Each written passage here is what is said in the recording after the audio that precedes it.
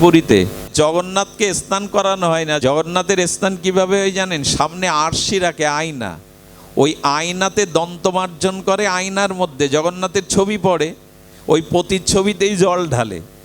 তো ওদের জিজ্ঞাসা করা হলো পাণ্ডাদের, উড়িয়াবাসীদের, তোমরা জগন্নাথকে অভিষেক করাও না কেন? প্রতিদিন সব বিগ্রহের অভিষেক হয়। বলে একদিন স্নানে 15 দিন জ্বরে পড়ে থাকে ও, তো ওরেকে স্নান করাবো কি?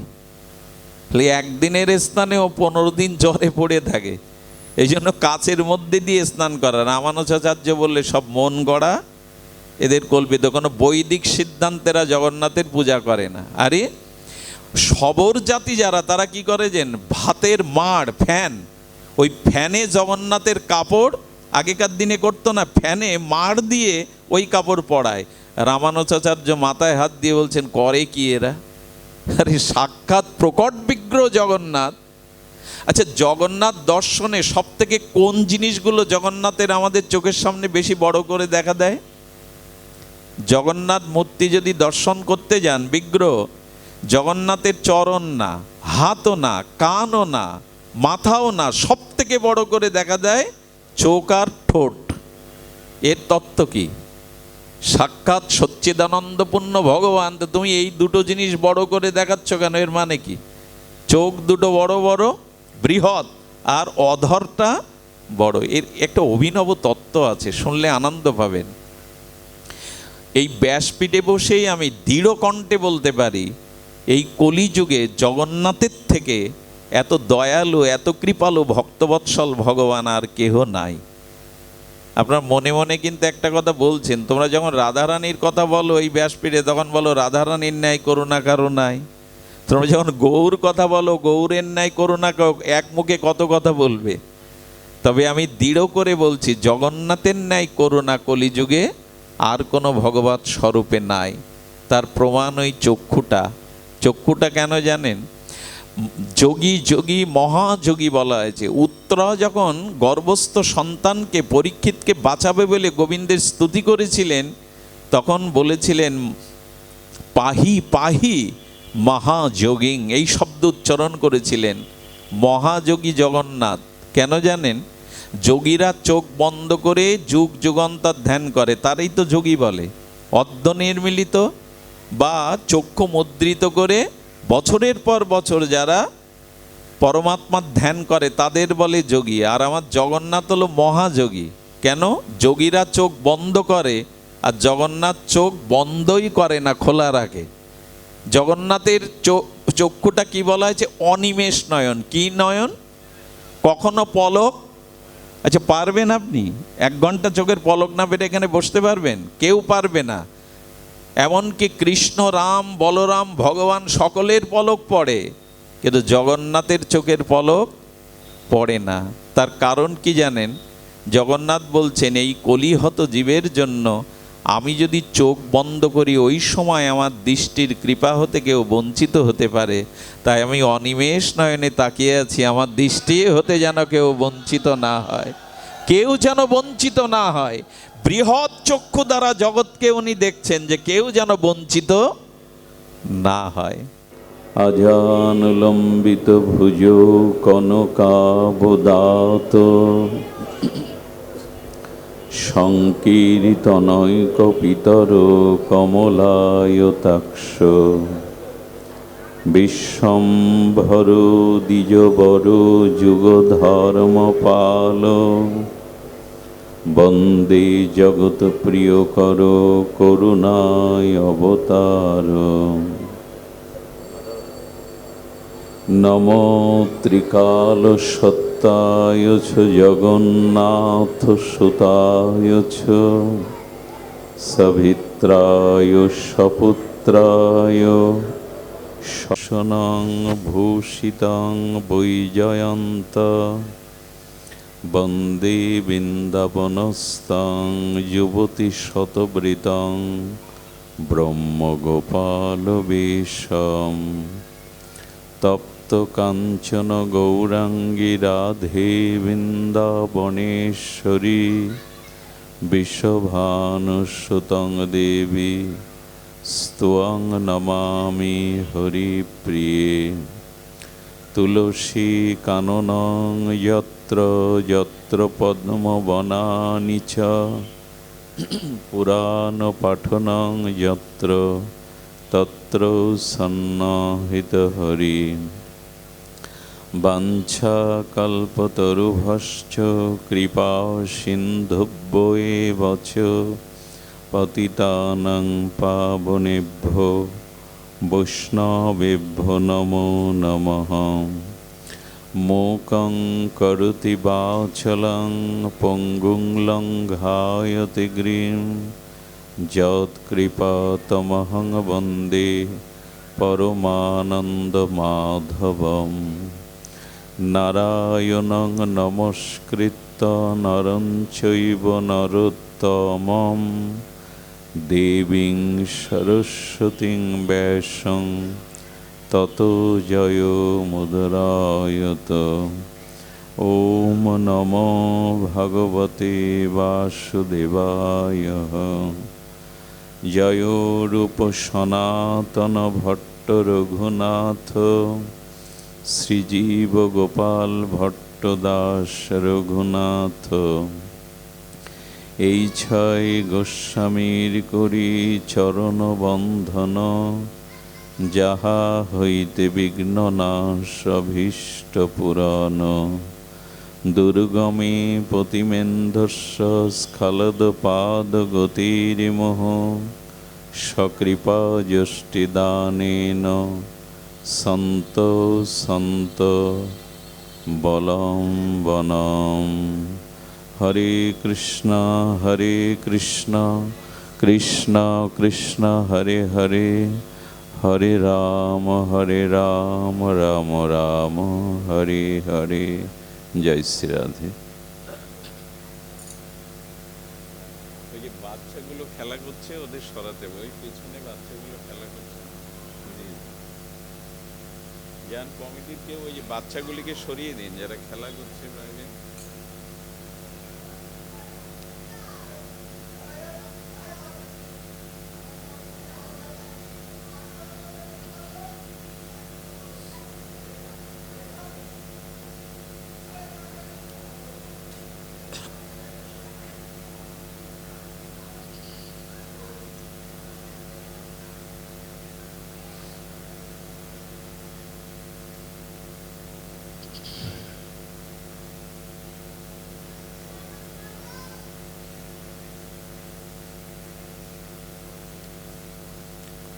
জয় শ্রী রাধে।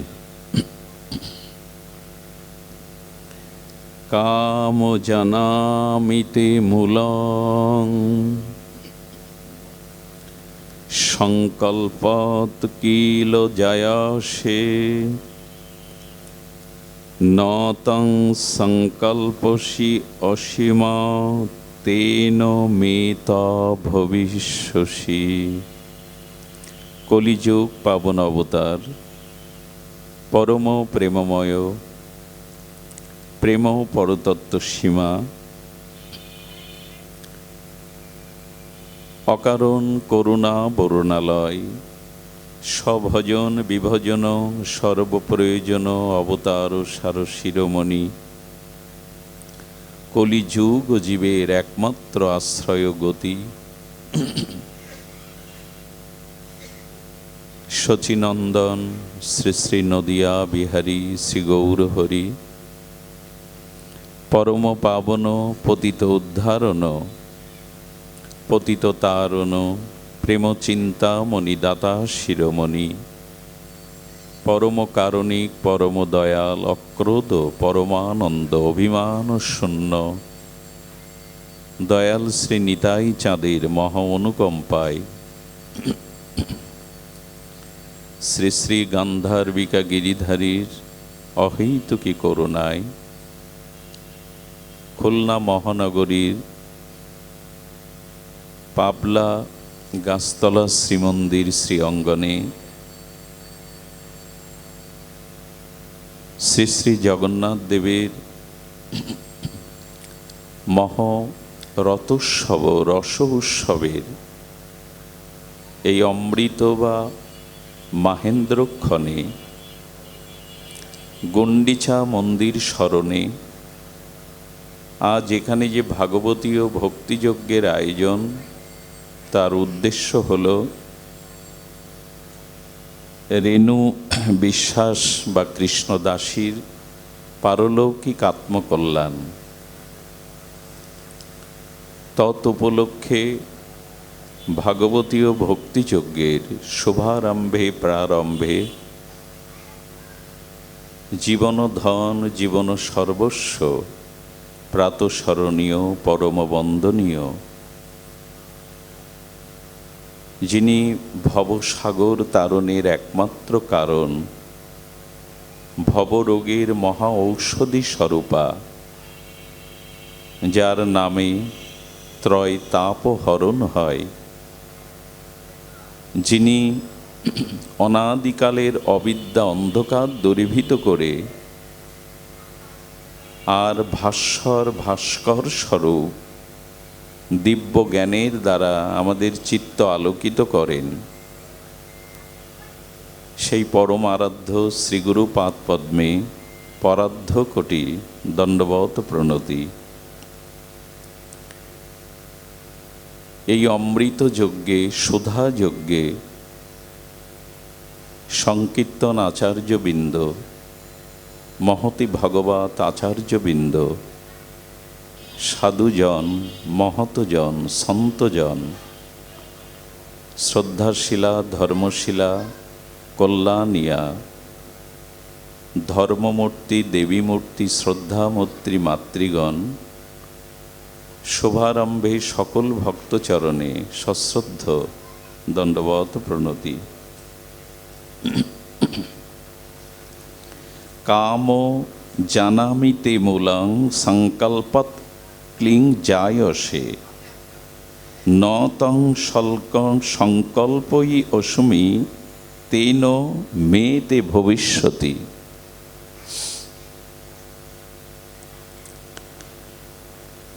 লক্ষ্য করুন,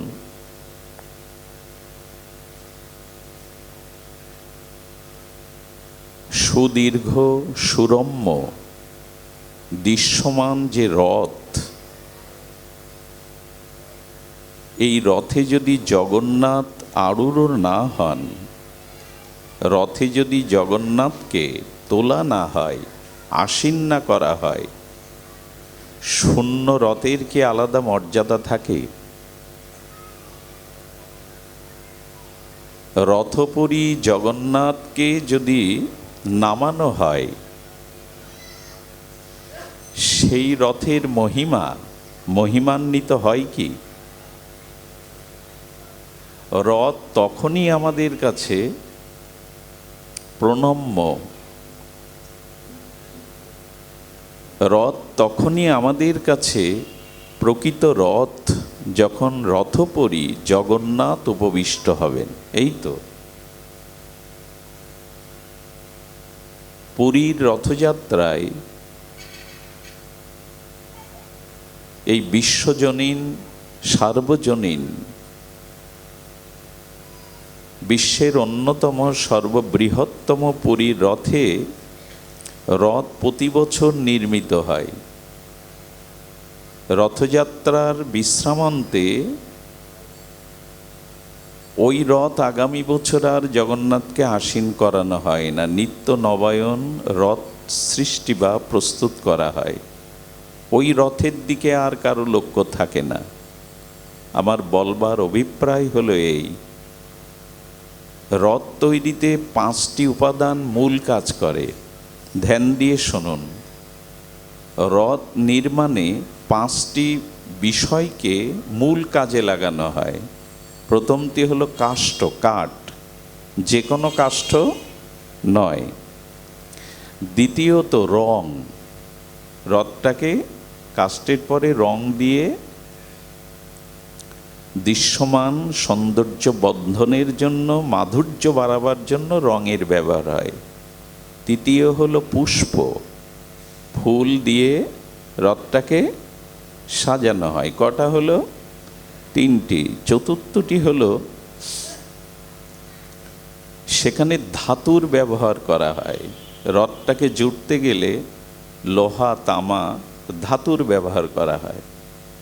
পঞ্চমত দেখবেন রথের চূড়াতে পবিত্র বস্ত্র দ্বারা রথে ছত্র করা হয়। কটা হলো তাহলে? কাষ্ঠ, রং, পুষ্প, ধাতু, বস্ত্র। আমাদের দেহটাও, এই দেহরথটাও ওই 5টি উপাদান দিয়েই তৈরি। সকলের জানা ক্ষিতি অব তেজ মরুদ বম।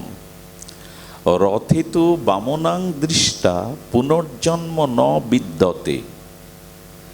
রথপরি জগন্নাথকে দর্শন করলে আর পুনর্জন্ম হবে না। এই যে ঋষিদের মহা অনুভবের বাণী, এটা সত্যতা কোথায়? আমরাও তো রথ দেখলাম, রথপরি জগন্নাথকে দর্শন করলাম, পুনর্জন্ম হবে না?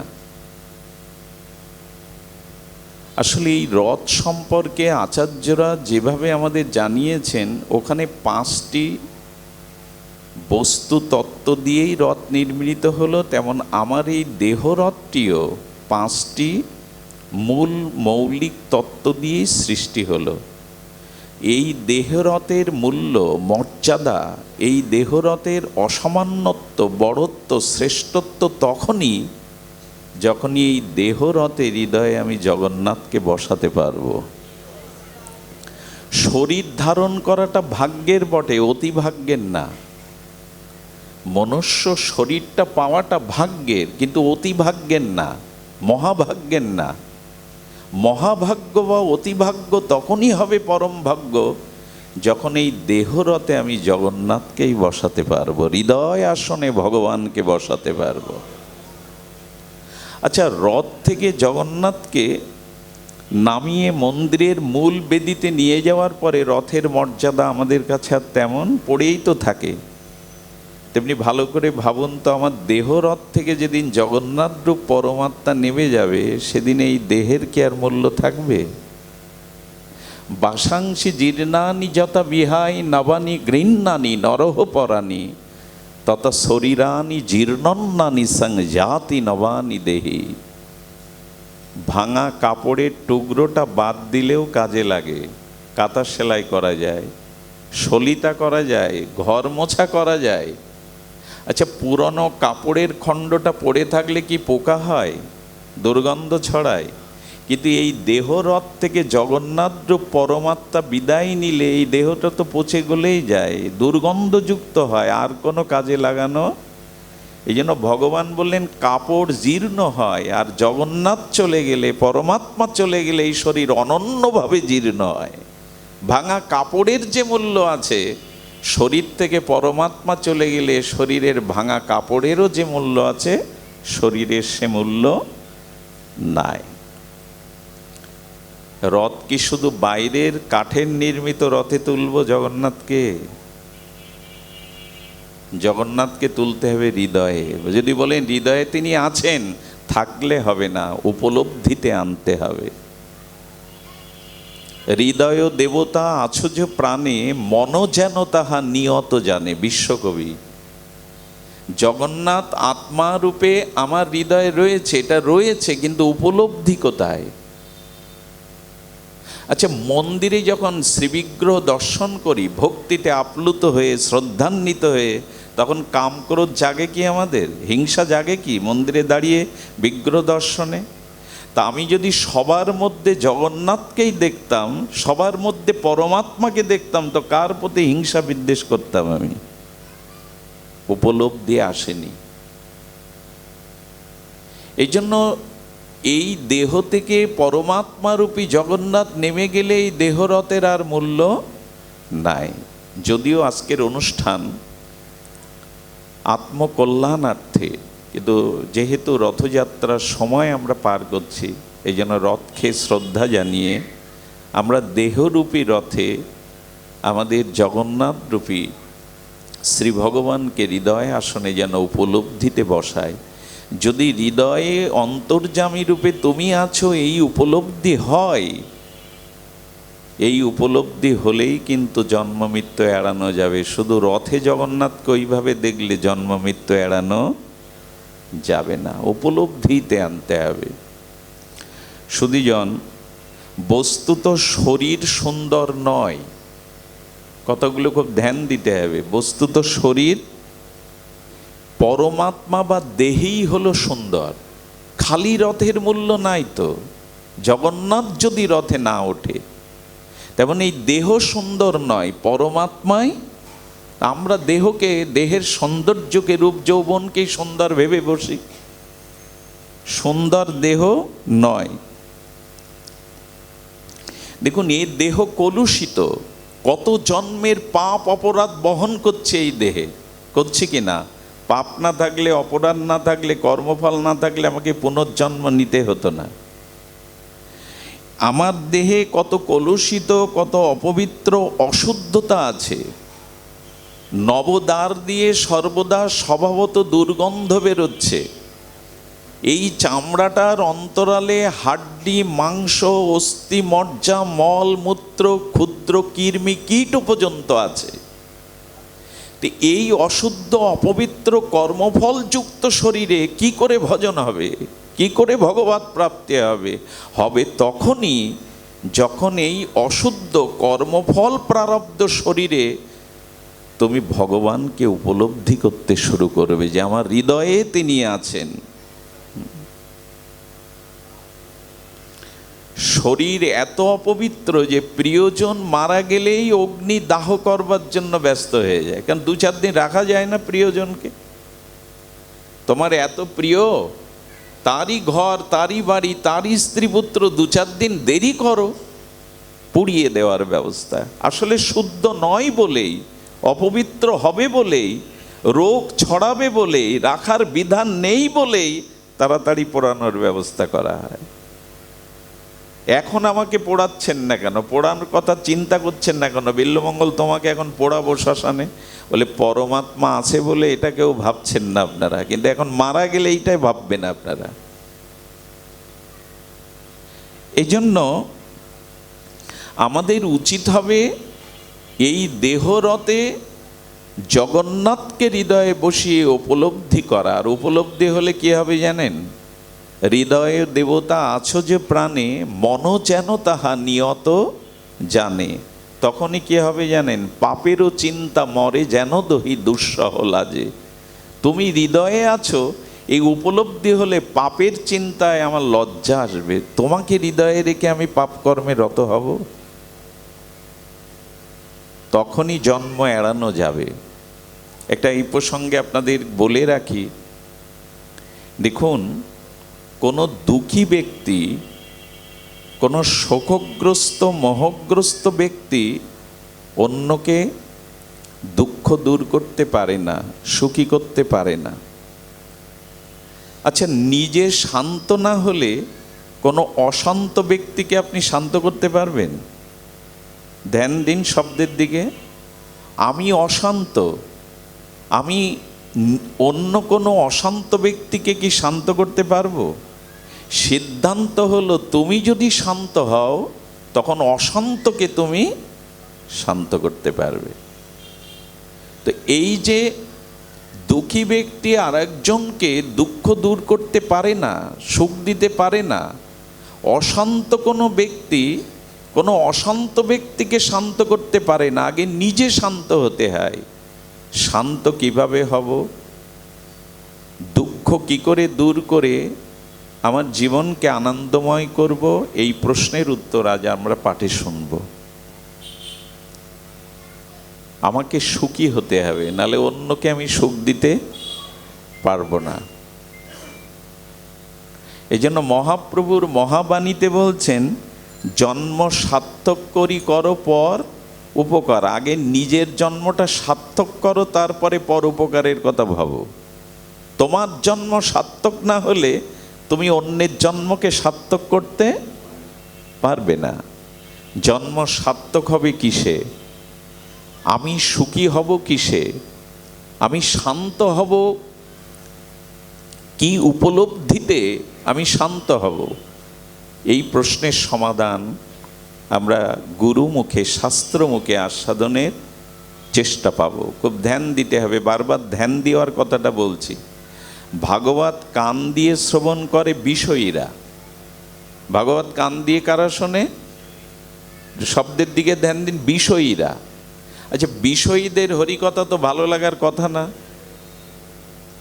বিষয়ীরা তো বিষয় কথা শুনতেই অভ্যস্ত, বিষয় কথা তাদের ভালো লাগে। বলো না, বিষয়ীরাও হরিকথা শুনতে আসে, কারণ হরি কথার মধ্যে একটা স্বাভাবিক সুখ আছে। হরি কথাটাই সুখ। ভগবানের নামরূপ লীলা কথার মধ্যে স্বাভাবিক সুখ আছে। তো বিষয়ী লোক বিনোদনের জন্য, অর্থাৎ কর্ণ এবং মনের বিনোদন বা মনোরঞ্জনের জন্যই হরিকথা শুনতে আসে, নিজের স্বভাব বদলানোর জন্য আসে না। কি বললাম কথাটি? বিষয়ী লোক হরিকথাতে আনন্দ পাবে না। তারা তবু আসে কেন? হরিকথাটা স্বাভাবিক সুখস্বরূপ, ওটা কানে গেলে মনোরঞ্জন হয়, বিনোদন হয়, এই জন্য বিষয়ী লোকও হরিকথা শুনতে আসে, কিন্তু এতে স্বভাবের পরিবর্তন হয় না। দ্বিতীয়ত হরিকথা শুনতে হয় মন দিয়ে। কি দিয়ে? বলে মন দিয়ে শ্রবণ করলেও স্বভাব বদলাবে না, আপনি পরিবর্তন হতে পারবেন না। যতক্ষণ মন দিয়ে শুনবেন ততক্ষণ মনটা সংকল্প বিকল্প থেকে দূরে থেকে শান্ত থাকবে, কিন্তু এখান থেকে চলে গেলেই আবার পুনরায় মন অশান্ত। তাহলে ভগবত শুনে আমার স্বভাব পরিবর্তন হবে জন্ম জন্মান্তরের কিভাবে? বলে এবার কর্ণের থেকে মন বড়, মনের থেকে আরেকটা জিনিস আছে বুদ্ধি বড়। যারা বুদ্ধি দিয়ে শোনে, কি দিয়ে? বুদ্ধি দিয়ে কিন্তু শুনতে হয়, নাহলে শুনতে বুঝতে অনুভব করতে পারবেন না। দেখুন, মনের অবস্থান কোথায় এটা নির্ণয় করে কে? মন এখন কোথায়, শুভ চিন্তা করছে কি অশুভ চিন্তা করছে, এটা নির্ণয় করে কে? বুদ্ধি। যারা বুদ্ধি দিয়ে ভাগবত শ্রবণ করে, ধ্যান দিন, কর্ণ আছে, বসমা বস, কর্ণ আছে, মন দিয়ে শুনলেন, বুদ্ধি প্রয়োগ করলেন। বুদ্ধি দিয়ে শুনলে কি হয় জানেন? কিছু দিনের জন্য, কিছু কালের জন্য, কিছু সময়ের জন্য মানুষ পরিবর্তন হয়, কিন্তু এই যে কিছু সময় কিছু কাল সে দীক্ষা নিল, ভজন শুরু করলো, তিলকমালা নিল, সাধুসঙ্গ শুরু করলো, কিন্তু বাস্তব প্রতিকূল অবস্থা যখন তার সামনে আসছে, ধীরে ধীরে তার পূর্বের শ্রদ্ধা আগ্রহ নষ্ট হয়ে যায়। স্বভাব সংশোধন হবে কি করে? বলে স্বভাব সংশোধন হতে গেলে তোমাকে শুনতে হবে কি দিয়ে? চিত্ত দিয়ে। কি দিয়ে? এখানে চারটি শব্দ আসছে, কর্ণ, মন, বুদ্ধি, চিত্ত। এগুলো এক জিনিস নয়। আমরা মন বা চিত্ত একই শব্দার্থে ব্যবহার করি, কিন্তু চিত্ত এক আর মন আর এক। যেদিন মানুষ চিত্ত দিয়েই হরি কথা শ্রবণ করবে, তখনই তার অনন্ত জন্মের স্বভাব পরিবর্তন হবে। চিত্ত কাকে বলে? একটি দৃষ্টান্তে মহাজনরা বলেছেন, পুরানো দিনে স্বর্ণকাররা অলংকার ডিজাইন করতে গিয়ে একটা কাঠ বা শক্ত বস্তুর উপরে গালা লাগাইয়ে রাখতো। গালা, নিশ্চয়ই বুঝতে পারছেন আমি কি বলতে চাইছি। ওই গালার উপরে অলংকারটা সেট করে ডিজাইন করত। অলংকারটা ডিজাইন করার পরে যখন অলংকার তুলে নিত, ওই গালার উপরে অলংকারের ছাপটা লেগে থাকতো। থাকতো কি না? থাকে কি না?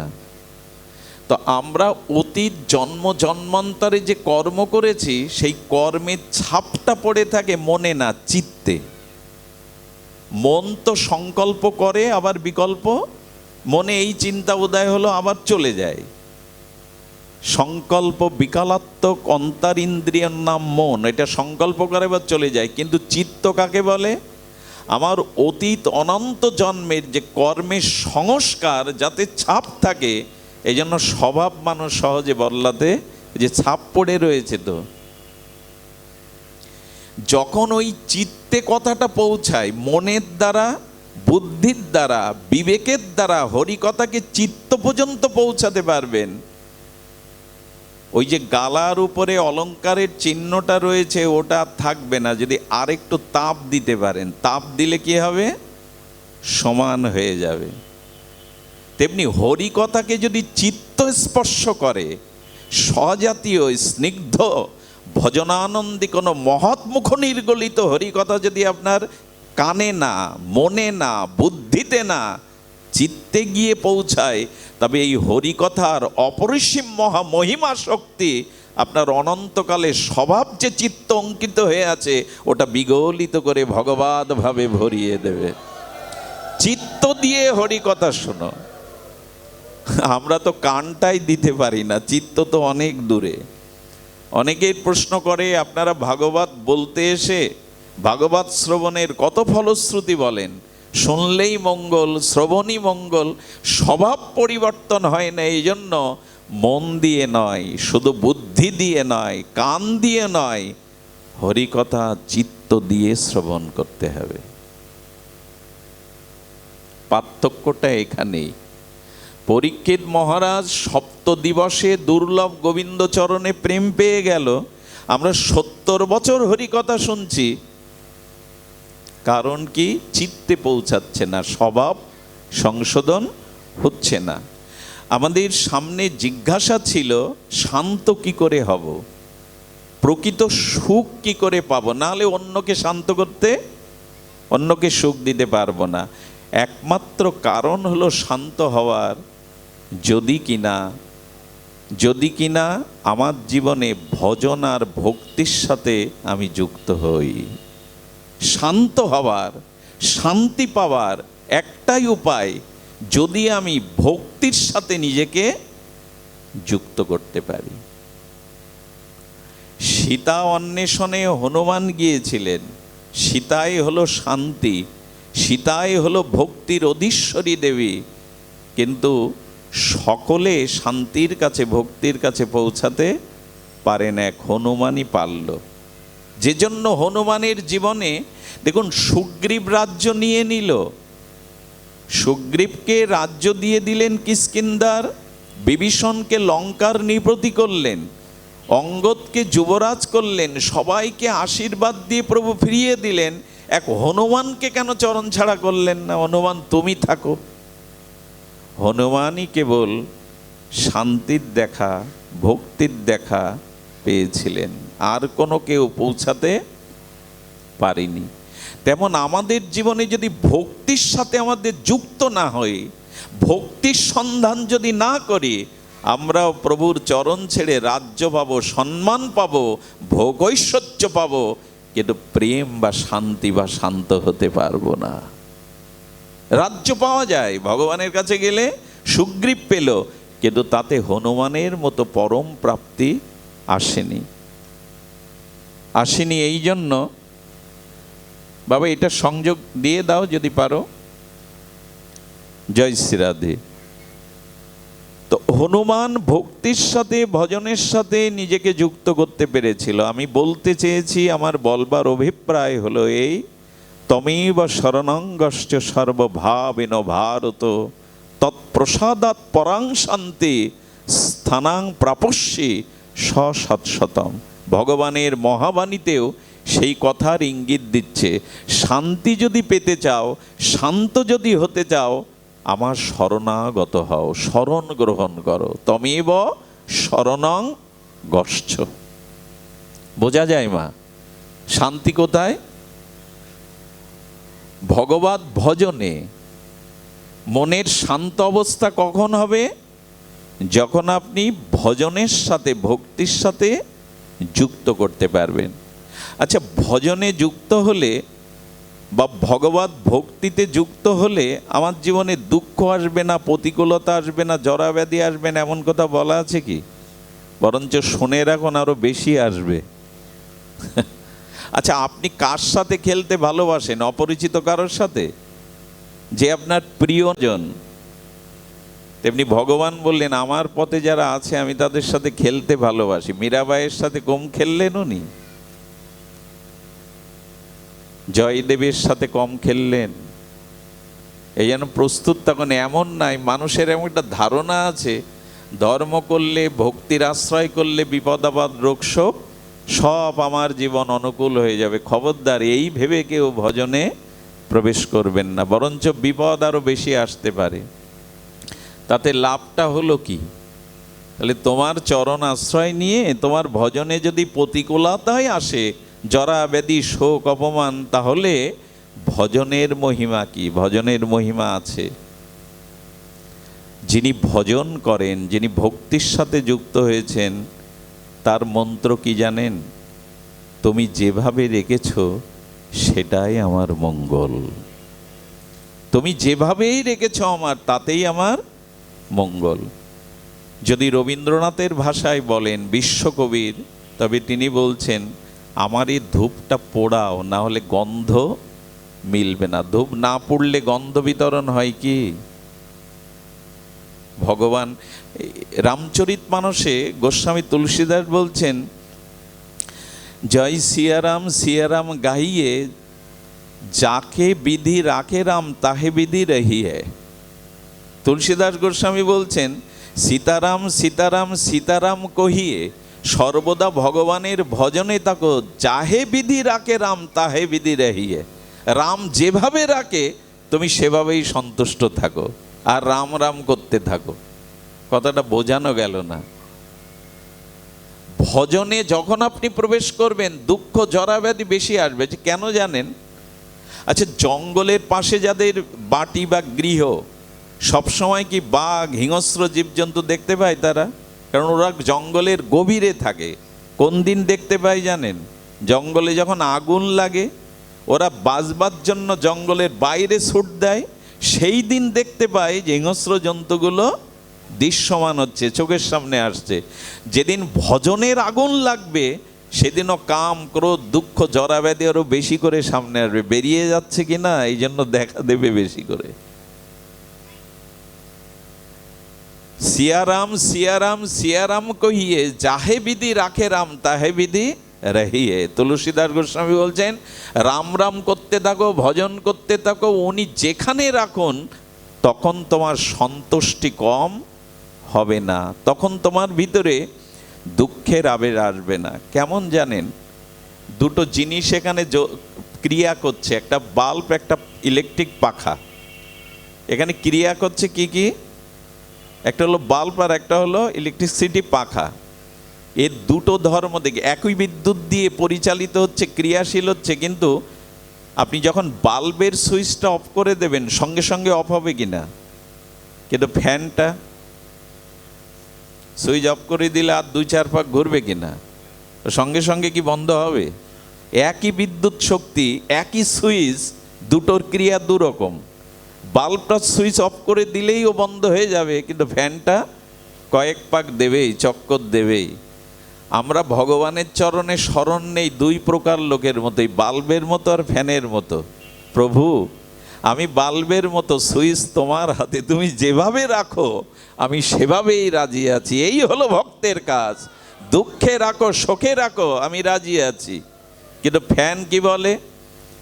সুইচ তোমার হাতে থাকলে কি হবে, আমি আমার ইচ্ছা মতো থামবো। এই হলো আমার মতো মানুষের কথা। ভজন না করলে আপনি শান্তি কোনোদিনই পাবেন না, শান্তি পাওয়া যায় না। এই জন্য তো অনিত্যম অসুখম বলেছেন। আচ্ছা, আমি গতদিন বলছিলাম, আসলে সৌন্দর্য, শান্তি এগুলো আমাদের কল্পনা বাইরের। একটা ঘটনা বলি, খুব মার্মিক দার্শনিক বিচার করেছেন যোগাবশিষ্ট রামায়ণে। বিখ্যাত বিরক্তি গ্রন্থ, ত্যাগ বৈরাগ্যের গ্রন্থ। বশিষ্ঠদেব রামচন্দ্রকে যে উপদেশ দিয়েছিলেন, নিবৃত্তি মার্গের উপদেশ, যোগাবশিষ্ট রামায়ণ, তাতে একটা অদ্ভুত প্রসঙ্গ এসেছে। রাজা জনক, রাজা হয়েও ঋষি, উনি পালঙ্কতে, স্বর্ণ পালঙ্কেতে শুয়ে স্বপ্ন রাজ্যে চলে গেছেন। সেই স্বপ্নতে দেখলেন বিদেশি শত্রুসা এসে যুদ্ধের দ্বারা জনককে পরাস্ত করলেন, রাজ্য ছিনিয়ে নিলেন, রাজ্য পদ নিয়ে নিলেন, এবং জনকের ঘোষণা করে দিলেন কোনো প্রজা যদি জনককে আশ্রয় খাদ্য দেয় তাকে মৃত্যুদণ্ড দেয়া হবে। রাজ্য থেকে অপমান করে বের করে দেয়া হলো। 3 দিন বুভুক্ষ, আচ্ছা 3 দিন বুভুক্ষ রাজ্য থেকে বিদায় নিয়েছে, অথচ উনি কোথায় শুয়ে আছেন? পালঙ্কে। হ্যাঁ, রাজপ্রাসাদের মধ্যে সোনার পালঙ্কে, ওনার চারিদিকে দাস দাসী, অথচ স্বপ্নে উনি সব হারা। 3 দিন বুভুক্ষ অবস্থায়, ক্ষুধার্ত অবস্থায় যখন ওনার প্রাণ ওষ্ঠাগত, তখন এক ছত্রে গিয়ে একটু খিচুড়ি পেয়েছিলেন। খিচুড়ির পাত্রটা যেই বের করে প্রসাদ পেতে যাবেন, একটা চিল এসে সেটা নিয়ে গেল। উনি যখন ক্ষুধায় কাতরাচ্ছেন, তখন ওনার স্বপ্ন ভেঙে গেল। গিয়ে দেখেন উনি পালঙ্কের উপরে, আর দাস দাসীরা সব আছে, কিন্তু স্বপ্নের ওই দৃশ্যটা উনি ভুলতে পারছেন না। উনি যখন স্বপ্নে থেকে উঠেছেন, সেই দিন থেকে একটা শব্দ উনি বারবার উচ্চারণ করছেন, ওটা সত্য না এটা সত্য। আমি যে রাজত্বে আছি এটা সত্য না। এখন রানী ভাবছেন নয়না, জনক রাজার স্ত্রীর নাম নয়না দেবী, নয়না ভাবছে রাজা কি স্মৃতিভৌম হলো, এটা সত্য এটা সত্য, কি সত্য উনি তো বুঝতে পারছেন না স্বপ্নের রহস্য। তো সেই সময় ওই রাজসভাতে এসেছিলেন অষ্টবক্র মুনি, উনি মহান তেজস্বী, মহান আচার্য। ওনার কথা একটু বলতে হয়। অষ্টবক্রের নামটা আমরা শুনেছেন। এত বড় জ্ঞানী, এত বড় বৈদিক দর্শনের নৈয়ায়িক, এত বড় ঋষি, তিনি 8 জায়গায় বাঁকা হলেন কেন? আসলে ওনার পিতা বেদ পাঠ করছিলেন। এই বাচ্চাকে থামাও না। বেদ পাঠ করছিলেন ওনার পিতা, অষ্টবক্র তখন মায়ের গর্ভে। বেদ পাঠের যখন উচ্চারণ করছেন, উচ্চারণটা ভ্রম হয়ে যাচ্ছে, উচ্চারণটা যথার্থ হচ্ছে না। গর্ভ থেকে বলে উঠেছে, হে পিতা, আপনার উচ্চারণ ভ্রমাত্মক হয়ে যাচ্ছে। উনি চোখ খুলে বললেন, এখানে কথা বলার তো কেউ নেই, কে বলছে? আবার পাঠ করতে গিয়ে আবার ভ্রম হচ্ছে, আবার বলছেন আপনার উচ্চারণ শুদ্ধ হচ্ছে না। নয়, তখন বলছেন কে কথা বলে? বললো তোমার গর্ভের সন্তানই কথা বলছে। বলে এখনো গর্ভে থেকে জগতের আলো দেখেনি, পিতার ভুল ধরতে শুরু করেছে। তো আসলেই ও বাঁকাই হবে। ওর 8 জায়গায় যেন যখন পিতার ভুল ধরতে শুরু করেছে, এই অভিশাপে অষ্টবক্র 8 জায়গায় বাঁকা হয়ে জন্মেছিল। কিন্তু মেধা বাঁকা নয়, মেধা ছিল, তিনি ঋষি, আচার্য, ঋতম্ভরা প্রজ্ঞা নিয়ে জন্মেছিলেন এই অষ্টবক্র, অসাধারণ মেধা। উনি আসার পরে প্রশ্ন করছেন, এটা সত্য না ওটা সত্য? তখনই প্রশ্নের উত্তর দিয়েছিলেন, দিয়ে বলেছিলেন, দেখুন আমরা যখন গভীর ঘুমে অর্থাৎ সুষুপ্তিতে নিমগ্ন থাকি, গভীর ঘুমে, আচ্ছা গভীর ঘুমের মধ্যে নিমগ্ন থাকলে আপনি কোথায়, কি আপনার পরিচয়, আপনি হিন্দু না মুসলমান, আপনি নারী না পুরুষ, এই তত্ত্ব কি তখন জানতে পারা যায়? থাকে, মনে থাকে? একটু কথা বলুন, মনে থাকে কি? গভীর ঘুমের মধ্যে কে আমি, আমার পরিচয় কি, আমি স্ত্রী না আমি পুরুষ, আমি রাজা না ভিখারি, বিদ্বান না মূর্খ, আমি হিন্দু না মুসলিম, এই বিষয় থাকে কি? কিছুই থাকে না। থাকে কেবল পরমাত্মা, আত্মা উপলব্ধিটা থাকে। আত্মা উপলব্ধি না থাকলে, আচ্ছা অষ্টবক্র তখন বলছেন উত্তরে, যখন বলছেন যে দেখুন স্বপ্ন যখন দেখেছিলেন তখন স্বপ্নটাই আপনার কাছে সত্য ছিল। এটা এই যে আপনি পালঙ্কে আছেন, রাজপ্রাসাদে আছেন, এ দৃশ্য কি তখন দেখেছিলেন? বললেন না। বললে স্বপ্ন যখন ভেঙে গেল তখন আপনি পালঙ্কের উপরে আছেন, প্রাসাদে আছেন, এই দৃশ্য দেখেছিলেন, ওই দৃশ্য কি দেখেছিলেন? জাগ্রত অবস্থায় স্বপ্ন থাকে না, আর স্বপ্ন অবস্থায় জাগ্রত অবস্থা থাকে না। উনি বললেন তো স্বপ্ন অবস্থায় জাগ্রত থাকে না, জাগ্রত অবস্থা স্বপ্নই থাকে না। আসলে কিছুই থাকে না, এক ভগবান ছাড়া, এক সত্তা ছাড়া কোনো কিছুর অস্তিত্ব থাকে না। তাই ওটাও সত্য, ওটাও মিথ্যা, এটাও দৃশ্যমাত্র মিথ্যা। জগৎ আমাদের কাছে নিত্য নয়, শাশ্বত নয়। আচ্ছা এমন তো হতে পারে এখন আপনারা আর আমি এই যে অবস্থানে আছে এটাও স্বপ্ন। কে বলবে দার্শনে এটা স্বপ্ন না? কথাটা এই কারণে বলা, উদ্দেশ্য হলো এই, অভিপ্রায় হলো এই, যে প্রকৃত শান্তি, প্রকৃত কল্যাণ একমাত্র পরমাত্মার সাথে যুক্ত হলে, ভক্তির সাথে, ভজনের সাথে যুক্ত হলে, কারণ ওটাই শাশ্বত। আমি আগেই বলেছি, গভীর ঘুমের মধ্যে আমার অস্তিত্ব একমাত্র সত্তা বা আত্মা থাকে। ওখানে নিজের পরিচয়, বাড়ি গাড়ি, ধন দৌলত, স্ত্রী পুত্র, জাতি, সত্তা সব কিছু লুপ্ত হয়ে যায়, কিন্তু আত্মা থাকে। তেমনি একদিন জগৎ, স্বপ্ন, সত্য যা দেখছি সব কিছু প্রলয় হয়ে যাবে, একমাত্র থাকবে ভক্তি এবং ভগবান। স্থায়ী হলো ওটা। এ দেহ সংসারে স্থায়ী নয়, এটা অনিত্য, কালের দ্বারা কবলিত, ধ্বংস হবে। ভগবান বা ভক্তি ভজনই হলো স্থায়ী। শান্তি পাওয়ার উপায়, সুখ পাওয়ার উপায় ভগবানের ভক্তির সাথে নিজেকে যুক্ত করা। আর যখনই আপনি যুক্ত হবেন তখন আপনি বাল্বের মতো হবেন, ফ্যানের মতো নয়। তুমি যেভাবে রাখো সেটাই আমার আনন্দ, আমার নিজের বিচার নেই। কারণ ভগবান কখনো আনন্দঘন, সচ্চিদানন্দঘন ভগবান কখনো কারো দুঃখ, কারো অকল্যাণ, কারো অকল্যাণ বা দুঃখ তিনি দেন না। সূর্য কখনো অন্ধকার দিতে পারে না, সূর্য বরঞ্চ অন্ধকারকে দূর করে। তেমন আনন্দ ঘন, সচ্চিদানন্দ ঘন, অনন্ত ঐশ্বর্য মাধুর্য ভগবান, তার থেকে কেউ দুঃখ পায় না। এই জন্য ভগবত ভজনে থাকুন, ভক্তিতে যুক্ত থাকুন। তিনি যেভাবেই রাখবেন তখন আপনার মধ্যে সহনশীলতা চলে আসবে। যাহে বিধি রাখে রাম, তাহে বিধি রাখিয়ে। জগতে কিন্তু এই ছাড়া আপনি শান্তি পাবেন না। মানুষ এত কেন মানসিক রোগে ভুগছে? কারণ সে ফ্যানের মতো, ভগবানের ইচ্ছায় বন্ধ হয় না, ভগবানের ইচ্ছায় থামে না। আমরা স্বাতন্ত্র বুদ্ধি নিয়ে চলছি। ভগবানের সাথে যুক্ত হয়ে বলুন, তুমি যেভাবে রেখেছ সেটাই আমার কল্যাণ, সেটিই আমার মঙ্গল। এই অশান্ত পৃথিবীতে, এই জরা দুঃখ, প্রতিকূল অনুকূল পরিস্থিতিতে শান্তি পাওয়ার একটাই উপায়, ভজনের সাথে, ভক্তির সাথে যুক্ত হয়ে যান। আচ্ছা, আমাদের বৈদিক সনাতন সভ্যতায়, সংস্কারে দুটি গ্রন্থের আগে শ্রীমৎ শব্দ বসানো, আর কোনো গ্রন্থে শ্রীমৎ শব্দ বসেনি।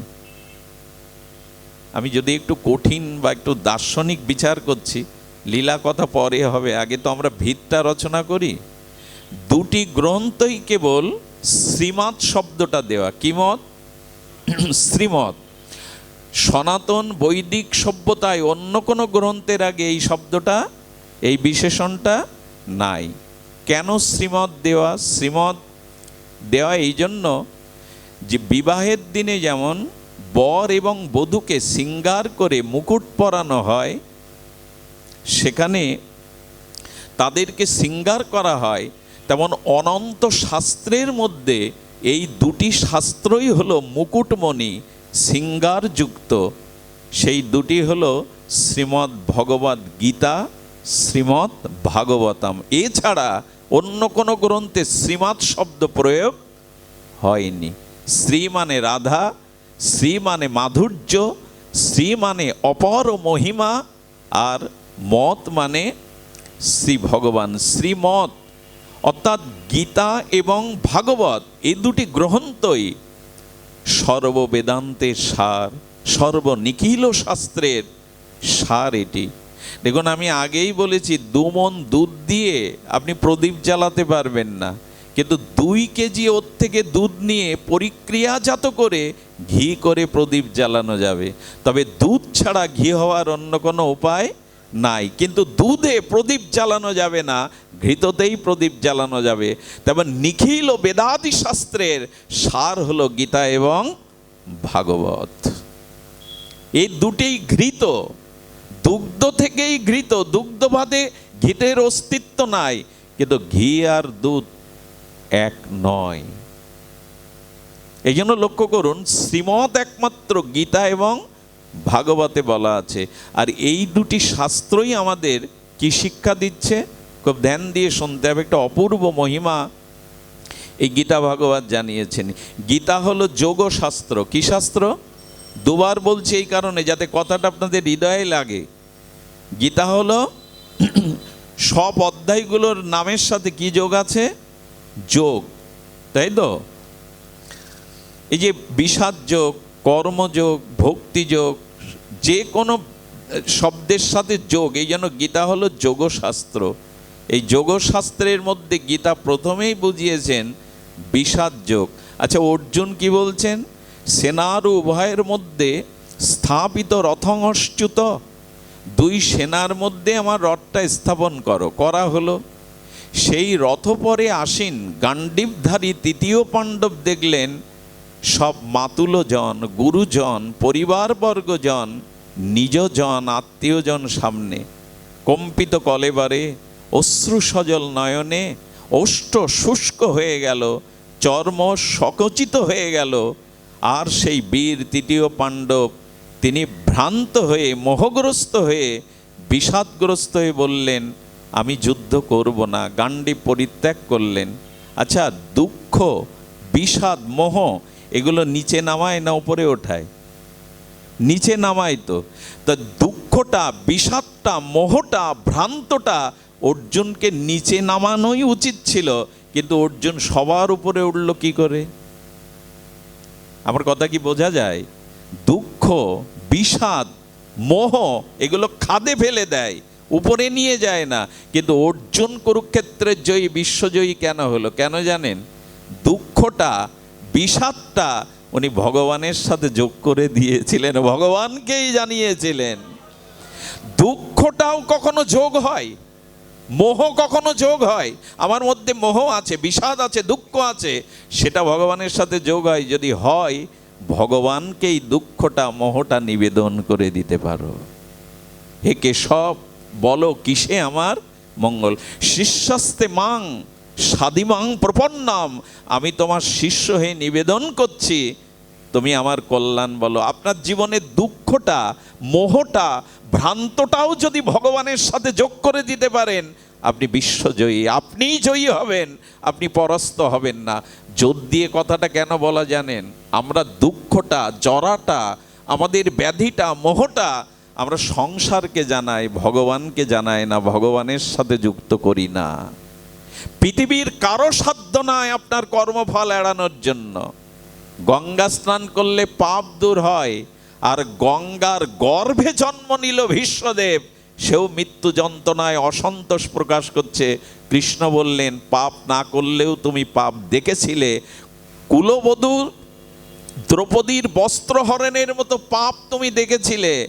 গঙ্গা স্নান করলে পাপ দূর হয়, আর সেই গঙ্গার গর্ভে যে জন্মালো তাকেও অসন্তুষ্ট হচ্ছে। কে আপনার কর্মফল নাশ করবে?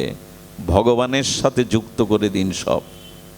এই সংসারে কোনো বস্তুর সাথে যুক্ত হলে আপনি টিকতে পারবেন না। আচ্ছা, 10 গ্রাম লোহাকে নদীতে, সাগরে, জলে ছেড়ে দিন, ভাসবে? মায়েরা বুঝতে পারছো? ভাসবে কি? লোহা ভাসবে?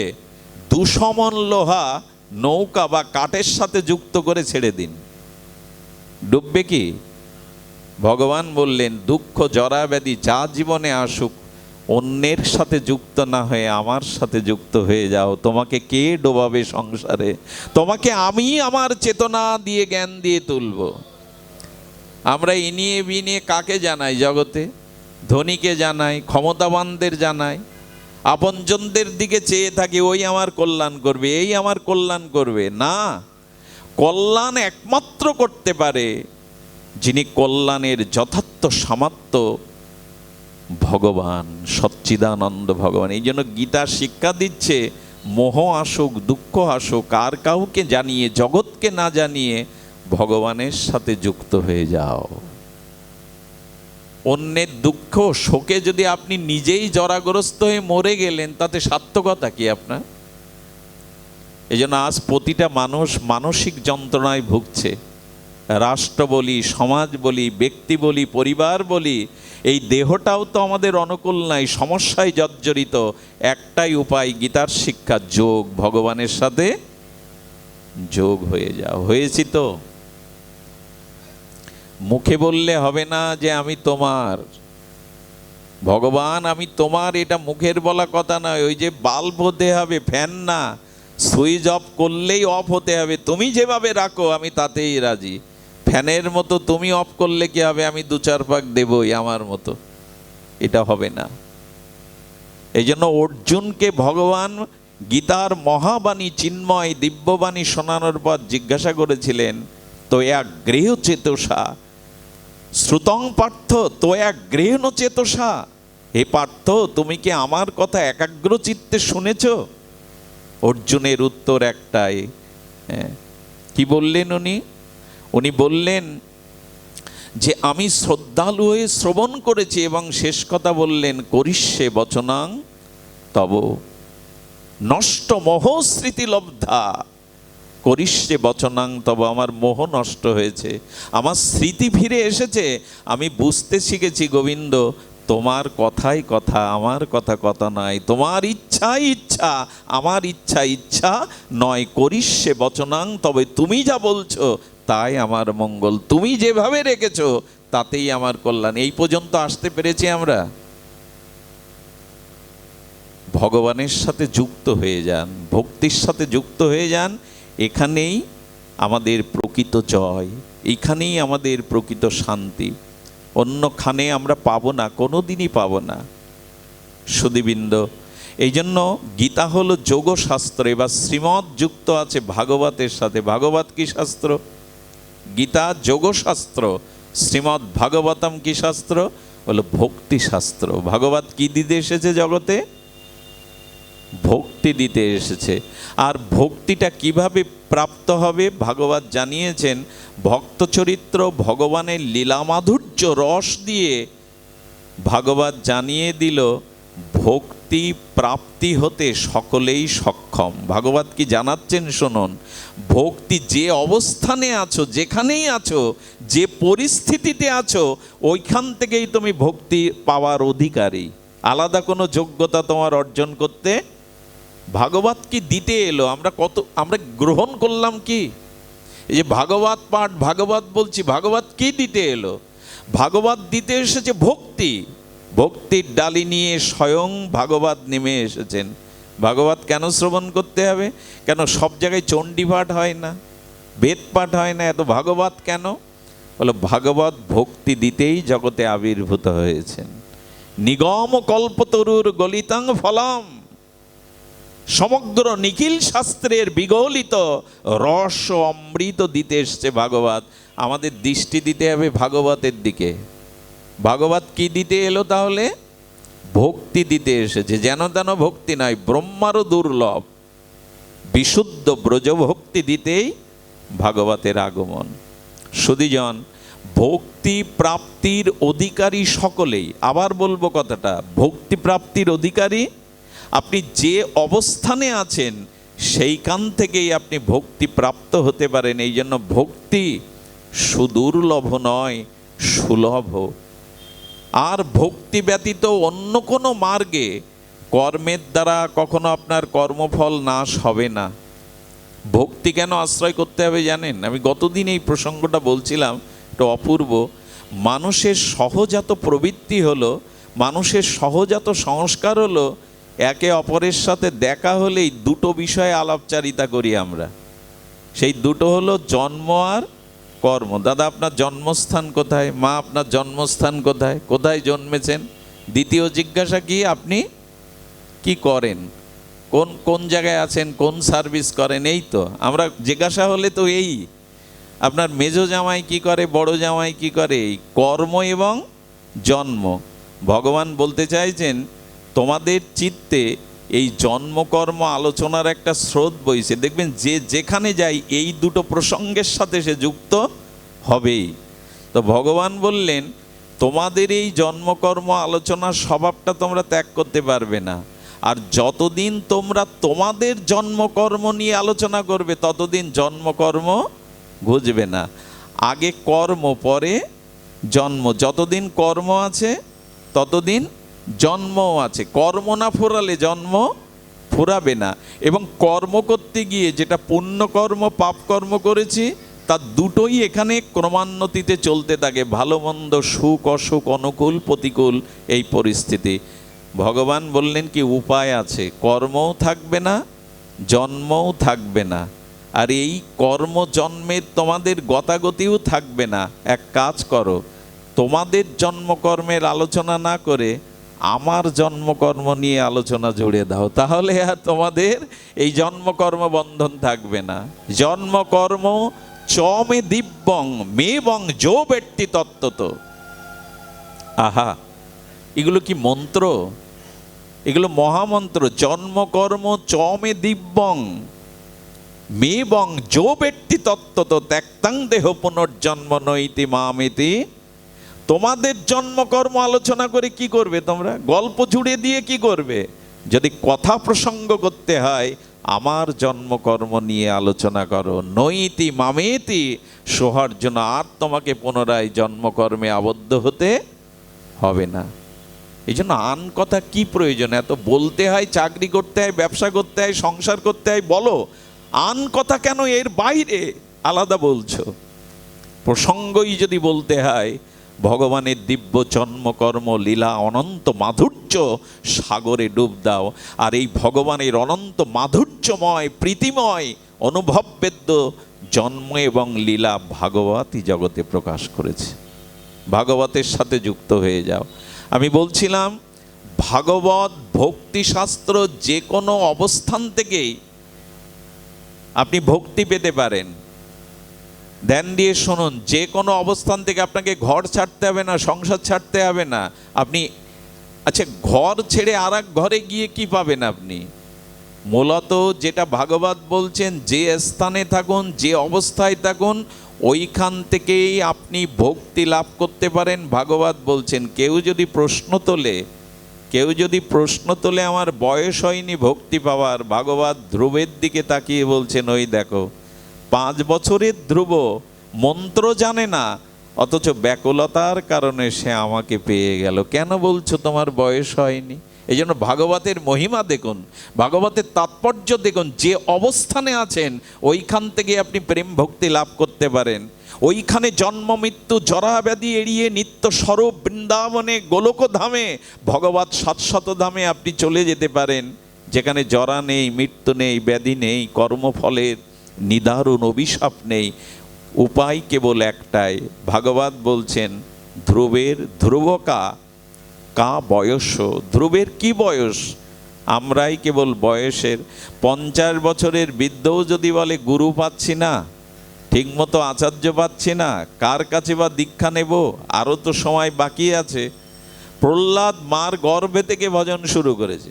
আরে 7 মাস বয়সে গর্ভেই নাম করছে প্রহ্লাদ। মা বলেছিল, প্রহ্লাদ গর্ভ থেকে শুরু করেছিস কেন? বলো, গর্ভের রূপ একটা আশ্রয় যখন পেয়েছি, আর শরীর যখন একটা পেয়েছি তোমার গর্ভে, ভাবলাম গর্ভেই তো অনেক শিশু মারা যায়, প্রসব হতে গিয়েও তো অনেকেই মারা যায়, যদি আর সময় না হয় তাই গর্ভে শুরু করে দিয়েছি। আচ্ছা, এরপরে 50 বছরেও কোনো সনাতনী হিন্দু যদি বলে গুরু পাচ্ছি না, দীক্ষা বা ধর্মের সময় নেই, কথাটা মানালো কি? এগুলো অজুহাত, নিজের কল্যাণ না করার অজুহাত। ডান হাত বাম হাতের সাথে আর একটা অজুহাত এখন আমরা খাড়া করে দিয়েছি। তাই ভাগবত বলছে, তাকিয়ে দেখো, ধ্রুব প্রহ্লাদের শিশু বয়সে হলো। কেউ যদি বলে আমার টাকা নেই, তো বৈষ্ণব সেবা ভাগবত হবে কি করে? এগুলো না দিলে তো ভক্তি হবে না, বৈষ্ণব সেবা। আমি বলি কি, ভক্তিতে অর্থের প্রয়োজন নেই, তা সুদামা দেখিয়ে গেছে। 20 বছরে সুশীলা তার স্ত্রীকে একটা শাড়ি কিনে দিতে পারেনি। কয় বছরে? 500 জায়গায় ছেঁড়া শাড়ি পরে ঘরের মধ্যে সুশীলা কাটাতো। 2-3 দিন জল খেয়েই কাটিয়েছে, অন্ন পায়নি সুদামা। ভক্তির জন্য টাকা লাগে। আর এই উত্তরপ্রদেশে এক বড় বৈষ্ণব, লক্ষ লক্ষ ভক্তের সেবা হচ্ছে। কেউ 50 লাখ, কেউ 80 লাখ ডোনার দিচ্ছেন বাবাজি মহারাজকে। এক মা গিয়ে বলছে, বাবা আজকে আমি বৈষ্ণব সেবা দেব। পাশে তো তাকে কেউ যেতে দেবে না, একটা কাঙালিনী বুড়ি মা। বাবাজি বলছেন, ওকে ছেড়ে দাও। মহারাজ বলছেন, মা তো এখানে তো লাখ লাখ কোটি কোটি টাকার ব্যাপার, তোমার টাকা কই? বলে, বাবা এনেছি। আঁচল থেকে একটা 5 টাকার কয়েন বের করে দিয়েছে। সবাই যখন উপহাসের হাসি আসছে, ওনার চোখের এটাই বৈষ্ণব সেবা হবে, কারণ তোমার ব্যাকুলতা আছে। বৈষ্ণব সেবার ব্যাকুলতা আছে। যে পাশ থেকে সেবক বলছে, বাবা আপনি কি ওনাকে সান্ত্বনা দিচ্ছেন? বলল, না, এই 5 টাকা দিয়ে 1 প্যাকেট লবণ কিনে আনো, টাটা লবণ। তখন 1 প্যাকেট লবণের দাম 5 টাকাই ছিল। এটা সমস্ত প্রসাদী সবজিতে দিয়ে দাও, ওই 5 টাকায় সকল বৈষ্ণব সেবা পূর্ণ হয়ে যাবে, যাও এটা দিয়ে আসো। আরে আপনার ইচ্ছাটাই প্রধান, আপনার তো ইচ্ছা নেই। অর্থের কেন দোয়াই দিচ্ছেন? আমার অর্থ নেই এই জন্য পাচ্ছি না। আপনার মানসিকতার অভাব। ভক্তি কোনো কিছুর অপেক্ষা রাখে না, ভক্তি স্বাতন্ত্র প্রবল। শব্দটা ধ্যান দিন, ভক্তি হলো স্বাতন্ত্র প্রবল। আগুনে যেই হাত দেবে, জ্ঞাত অজ্ঞাত সারে আগুনের ধর্ম আগুন পালন করবে, শিশুকেও ক্ষমা করবে না। ভক্তি হলো স্বাতন্ত্র, শুধু ইচ্ছাটা থাকা চাই। ভাগবত এই জন্য ভক্তি ধর্মের উদ্ঘট প্রকাশ করেছেন, যে অবস্থানে থাকো, যেখানে আছো ওইখান থেকেই ভক্তি পেতে পারো। ব্যগ্রতা দরকার, ব্যাকুলতাটা দরকার। আমি অবাক হয়ে যাই, কোটিপতিরা দিতে পারে না ভগবত সেবা অনুষ্ঠান, অথচ কেউ ভিক্ষা করে বছরে 2 বার দিয়ে দেয়। মানসিকতার অভাব। এই জন্য ভক্তি এটা না হলে হবে না, ওটা না হলে হবে না। ভক্তি পরাপেক্ষা করে না, ভক্তি স্বতন্ত্র। কেউ যদি বলে ভাগবত পাঠ করতে গেলে, কীর্তন করতে গেলে, ভক্তি যাজন করতে গেলে একটু ভালো রূপ টুপ লাগে, কুবজা বলছে আমার তো কোনো রূপ ছিল না। আরে সবাই আমাকে দেখে মুখ ফিরিয়ে নিত, কুজো, কালো, কুৎসিত। আমাকে কেউ সুন্দরী কখনো বলেনি। কিন্তু আমি মথুরাতে গোবিন্দের সখাদের, বলরামকে তার সখাদের একটু মালা চন্দন দিয়েছিলাম মাত্র। যে চন্দন মালাটা আমি ভোজপতি কংসকে দিতাম, ভোজরাজকে, আমি কৃষ্ণকে, কৃষ্ণ সখাদের দাদা বলরামকে একটু চন্দন ফুলমালা দিয়েছিলাম। তাতে বুড়ো আঙুলে চাপ দিয়ে আমার পিঠে হাত দিয়ে আমাকে অনন্য সুন্দরী করে দিল গোবিন্দ। রূপের কি প্রয়োজন? বরঞ্চ তাকে ভক্তি করলে তার স্বরূপে তুমি রূপবান হয়ে যাবে। রূপ 2 প্রকার, বাইরের ঘষা মাজা রূপ আর স্বরূপের রূপ। কুবজা যখন অনন্ত তিলোত্তমা আর সুন্দরী রূপ নিলে, তখন কুবজার মুখ অন্ধকার হয়ে গেছে। কুবজাকে বলছেন, তুমি খুশি হওনি এই অপরূপ মেয়েদের মধ্যে, মায়েদের মধ্যে সব থেকে বড় প্রাপ্তি কি? যদি স্বরূপের মাধুর্য রূপ পাই কোনো রমণী। এই স্বরূপের মাধুর্য রূপই হলো নারীর শ্রেষ্ঠ প্রাপ্তি। আর পুরুষের শ্রেষ্ঠ প্রাপ্তি হলো পুরুষের মধ্যে যদি কোনো সৃজনশীল শক্তি কাজ করে।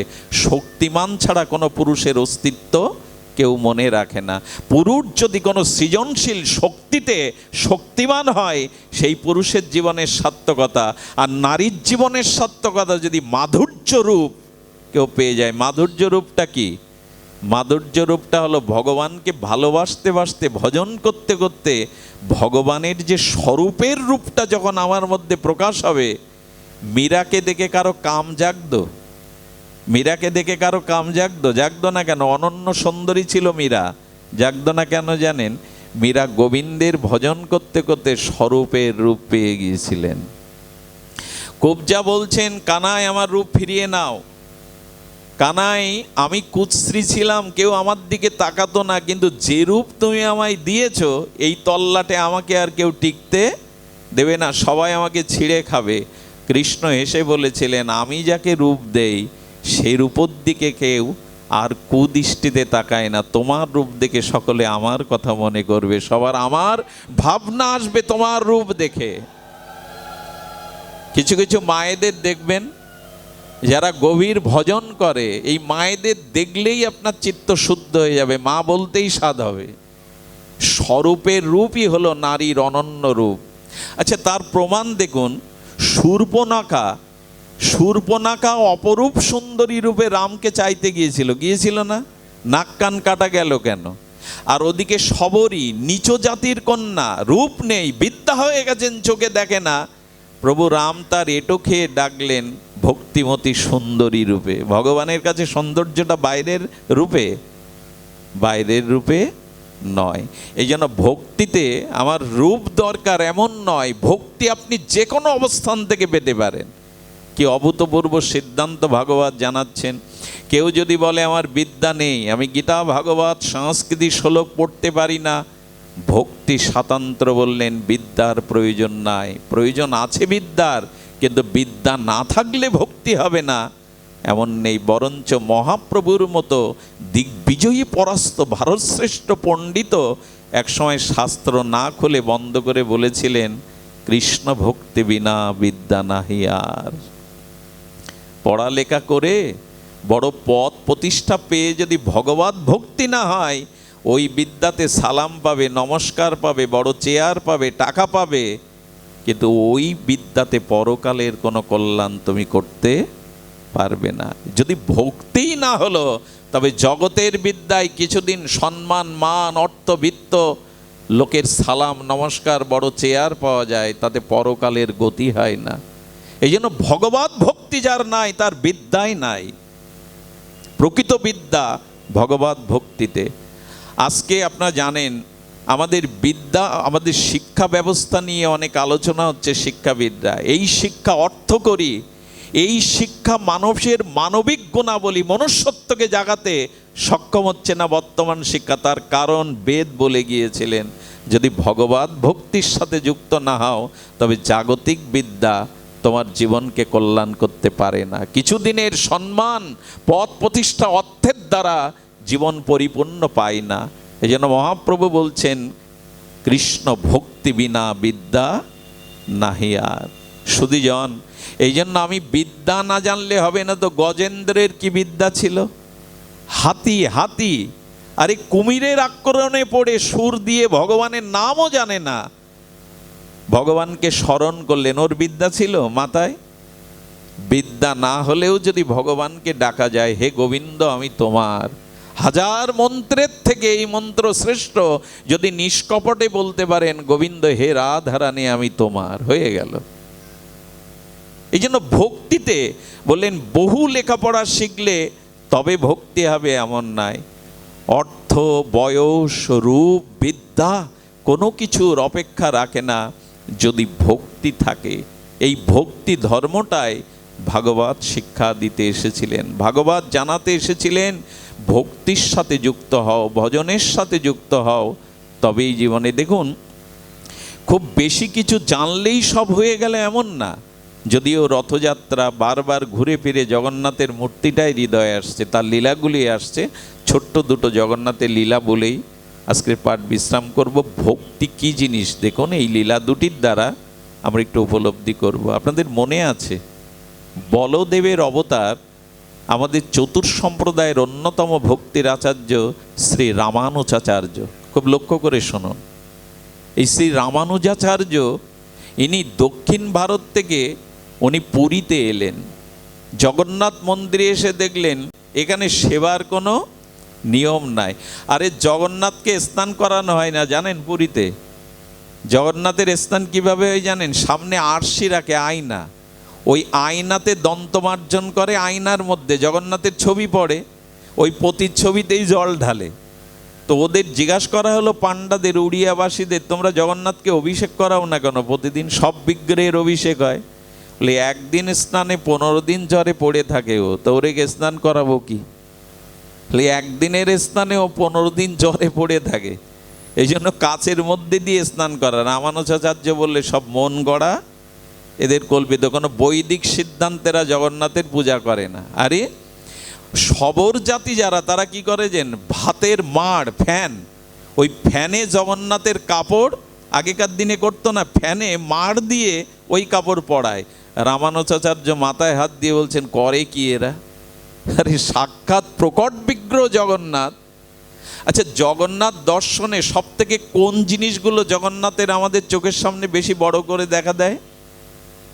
জগন্নাথ মূর্তি যদি দর্শন করতে যান, বিগ্রহ, জগন্নাথের চরণ না, হাতও না, কানও না, মাথাও না, সব থেকে বড় করে দেখা দেয় চোখ আর ঠোঁট। এর তত্ত্ব কি? সাক্ষাৎ সচ্চিদানন্দপূর্ণ ভগবান, তো তুমি এই দুটো জিনিস বড় করে দেখাচ্ছ কেন? এর মানে কি? চোখ দুটো বড় বড়, বৃহৎ, আর অধরটা বড়। এর একটা অভিনব তত্ত্ব আছে, শুনলে আনন্দ পাবেন। এই ব্যাসপীঠে বসেই আমি দৃঢ় কণ্ঠে বলতে পারি, এই কলিযুগে জগন্নাথের থেকে এত দয়ালু, এত কৃপালু, ভক্তবৎসল ভগবান আর কেহ নাই। আপনার মনে মনে কিন্তু একটা কথা বলছেন, তোমরা যখন রাধারানীর কথা বলো এই ব্যাসপীঠে, তখন বলো রাধারানীর ন্যায় করুণা কারো নাই। তোমরা যখন গৌর কথা বলো, গৌরের ন্যায় করুণা, এক মুখে কত কথা বলবে। তবে আমি দৃঢ় করে বলছি, জগন্নাথের ন্যায় করুণা কলিযুগে আর কোনো ভগবৎ স্বরূপে নাই। তার প্রমাণ ওই চক্ষুটা। চক্ষুটা কেন জানেন? যোগী যোগী মহাযোগী বলা হয়েছে। উত্তরা যখন গর্ভস্থ সন্তানকে পরীক্ষিতকে বাঁচাবে বলে গোবিন্দের স্তুতি করেছিলেন, তখন বলেছিলেন পাহি পাহি মহাযোগিং, এই শব্দ উচ্চারণ করেছিলেন। মহাযোগী জগন্নাথ কেন জানেন? যোগীরা চোখ বন্ধ করে যুগ যুগান্তর ধ্যান করে, তারই তো যোগী বলে। অর্ধ নির্মিলিত বা চক্ষু মুদ্রিত করে বছরের পর বছর যারা পরমাত্মার ধ্যান করে তাদের বলে যোগী। আর আমার জগন্নাথ হলো মহাযোগী। কেন? যোগীরা চোখ বন্ধ করে, আর জগন্নাথ চোখ বন্ধই করে না, খোলা রাখে। জগন্নাথের চক্ষুটা কি বলা হয়েছে? অনিমেষ নয়ন। কি নয়ন? কখনো পলক, আচ্ছা পারবেন আপনি 1 ঘন্টা চোখের পলক না পেরে এখানে বসতে পারবেন? কেউ পারবে না। এমনকি কৃষ্ণ, রাম, বলরাম, ভগবান সকলের পলক পড়ে, কিন্তু জগন্নাথের চোখের পলক পড়ে না। তার কারণ কি জানেন? জগন্নাথ বলছেন এই কলিহত জীবের জন্য আমি যদি চোখ বন্ধ করি ওই সময় আমার দৃষ্টির কৃপা হতে কেউ বঞ্চিত হতে পারে, তাই আমি অনিমেষ নয়নে তাকিয়ে আছি, আমার দৃষ্টি হতে যেন কেউ বঞ্চিত না হয়, কেউ যেন বঞ্চিত না হয়। বৃহৎ চক্ষু দ্বারা জগৎকে উনি দেখছেন যে কেউ যেন বঞ্চিত না হয়। অনিমেষ নয়ন, নিমেষ পড়ে না। এই জন্য যোগীরা চোখ বন্ধ করে, আর মহাযোগী জগন্নাথ চোখ খোলা রেখেছেন যাতে দৃষ্টির বাইরে। দেখুন একটা কথা আপনাদের বলে রাখি, রথ তো চারিপাশে রথ আছে, পাঠও শুনতে যাবেন। জগন্নাথের সামনে যে কেউ দাঁড়াক, পতিত, স্খলিত, পাপী, মহাপাপী, জগন্নাথ সবাইকে কৃপা করেন, শুধু একজনের দিকে মুখ ফিরিয়ে নেন, তিনি যেন আপনি না হন, আমি না হই। কার দিকে মুখ ফিরিয়ে নেন শুনছেন কি মন দিয়ে? সেই ব্যক্তিকে যিনি জগন্নাথের সামনে দাঁড়িয়ে বলেন আমি অনাথ, আমার কেউ। জগন্নাথ তখনই মুখ ফিরিয়ে নেন, আমি জগন্নাথ রূপে তোর সামনে প্রকাশ হয়েছি, তুই নিজেকে কেন অনাথ ভাবছিস? আমি তো জগতের নাথ, কেউ অনাথ নয়, আমি তো নাথ রূপে প্রকাশ হয়েছি। নাথ মানে যিনি, নাথ মানে স্বামী, নাথ মানে যিনি রক্ষক, প্রতিপালক, আমি তো আছি। তাই জগন্নাথের সামনে কখনো গিয়ে বলবেন না আমার কেউ নেই, আমি অনাথ। জগন্নাথ প্রকাশ হয়েছেন তার কৃপার দৃষ্টি দিয়ে। যে আচ্ছা জগন্নাথের কানের এই পাশটা, যে পাশে সুভদ্রা আছে, বলরাম আছে, দেখবেন কানে একটা লাল কাপড় দেওয়া থাকে, এখানে লাল রং টানা থাকে। এর একটা অদ্ভুত কথা, জগন্নাথের দৃষ্টির মধ্যে যারা যায় তাকে উনি কৃপা করেন বলে চোখ পলক ফেলছেন না। কানে কেন লাল কাপড় দেওয়া? কেন জানেন? করুণা ঘন ভক্তবৎসল মাধুর্য প্রেমে বিগলিত মূর্তি জগন্নাথ যাকে তাকে কৃপা করতে ছুটে যান, আর তখন পাশ থেকে বলরাম আর সুভদ্রা বলে জগন্নাথ ও পাপী, ও অপরাধী, ও কৃপার পাত্র নয়, কৃপার যোগ্য নয়, এই কথা বলে যাতে আমার আটকে না দেয়, যেন কানটা আমি লাল কাপড় দিয়ে ঢেকে রেখেছি, যে আমি বলরামের কথা, সুভদ্রার কথা না শুনে সবাইকে কৃপা করে দেব, যেন ওই কথা কানে না আসে কে পাপী। আরে এই হলো জগন্নাথ। অদ্ভুত বিগলিত মাধুর্য মূর্তি জগন্নাথের, অদ্ভুত বিগলিত মাধুর্য। আর অধরটা বড় কেন? দেখলে তো ওই দুটোই দেখি। ছোটবেলায় একরকম জগন্নাথকে দেখে আমার ভালো লাগতো না, জানেন? কৃষ্ণের মুরলীধারী, ত্রিভঙ্গ মুরারি, ধনুর্ধারী রাম, কি সুন্দর দেখতে, তোমার এই বড় বড় চোখ আর বড় বড় অধর ঠোঁট কেন? পরে যখন জানলাম তখন আর চোখ ফিরাতে পারি না। আমার মহাপ্রভু 1-2 বছর নয়, 24টা বছর লীলাচলে কি পেয়েছিলেন উনি?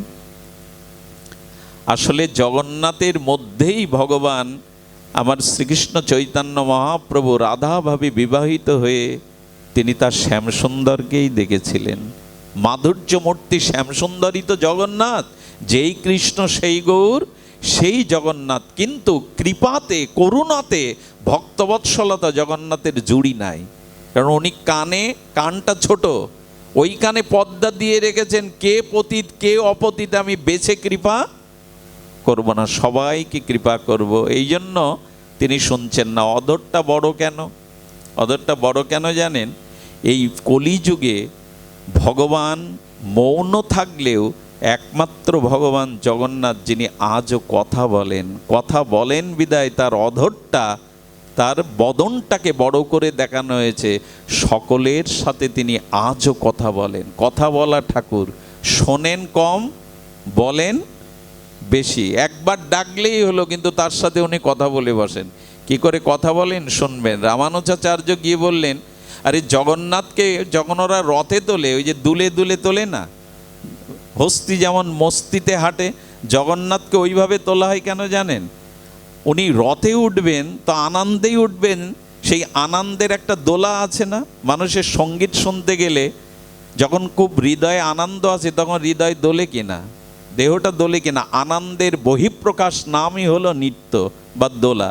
তো জগন্নাথ দুলে দুলে উঠছেন। একবার হলো কি, উনি দুলে দুলে উঠছেন, ভার বইতে পারছেন না, তো পেছন থেকে গালি দিচ্ছে পাণ্ডারা সেবকরা, খেয়ে খেয়ে এত ভারী হয়ে গেছে যে তোমাকে চাকানোই যায় না। এটি ভগবানকে বলা যায়?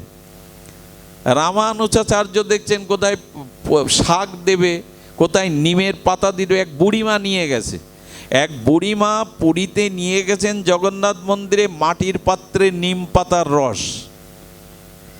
বলে এই পথ ছেড়ে দাও।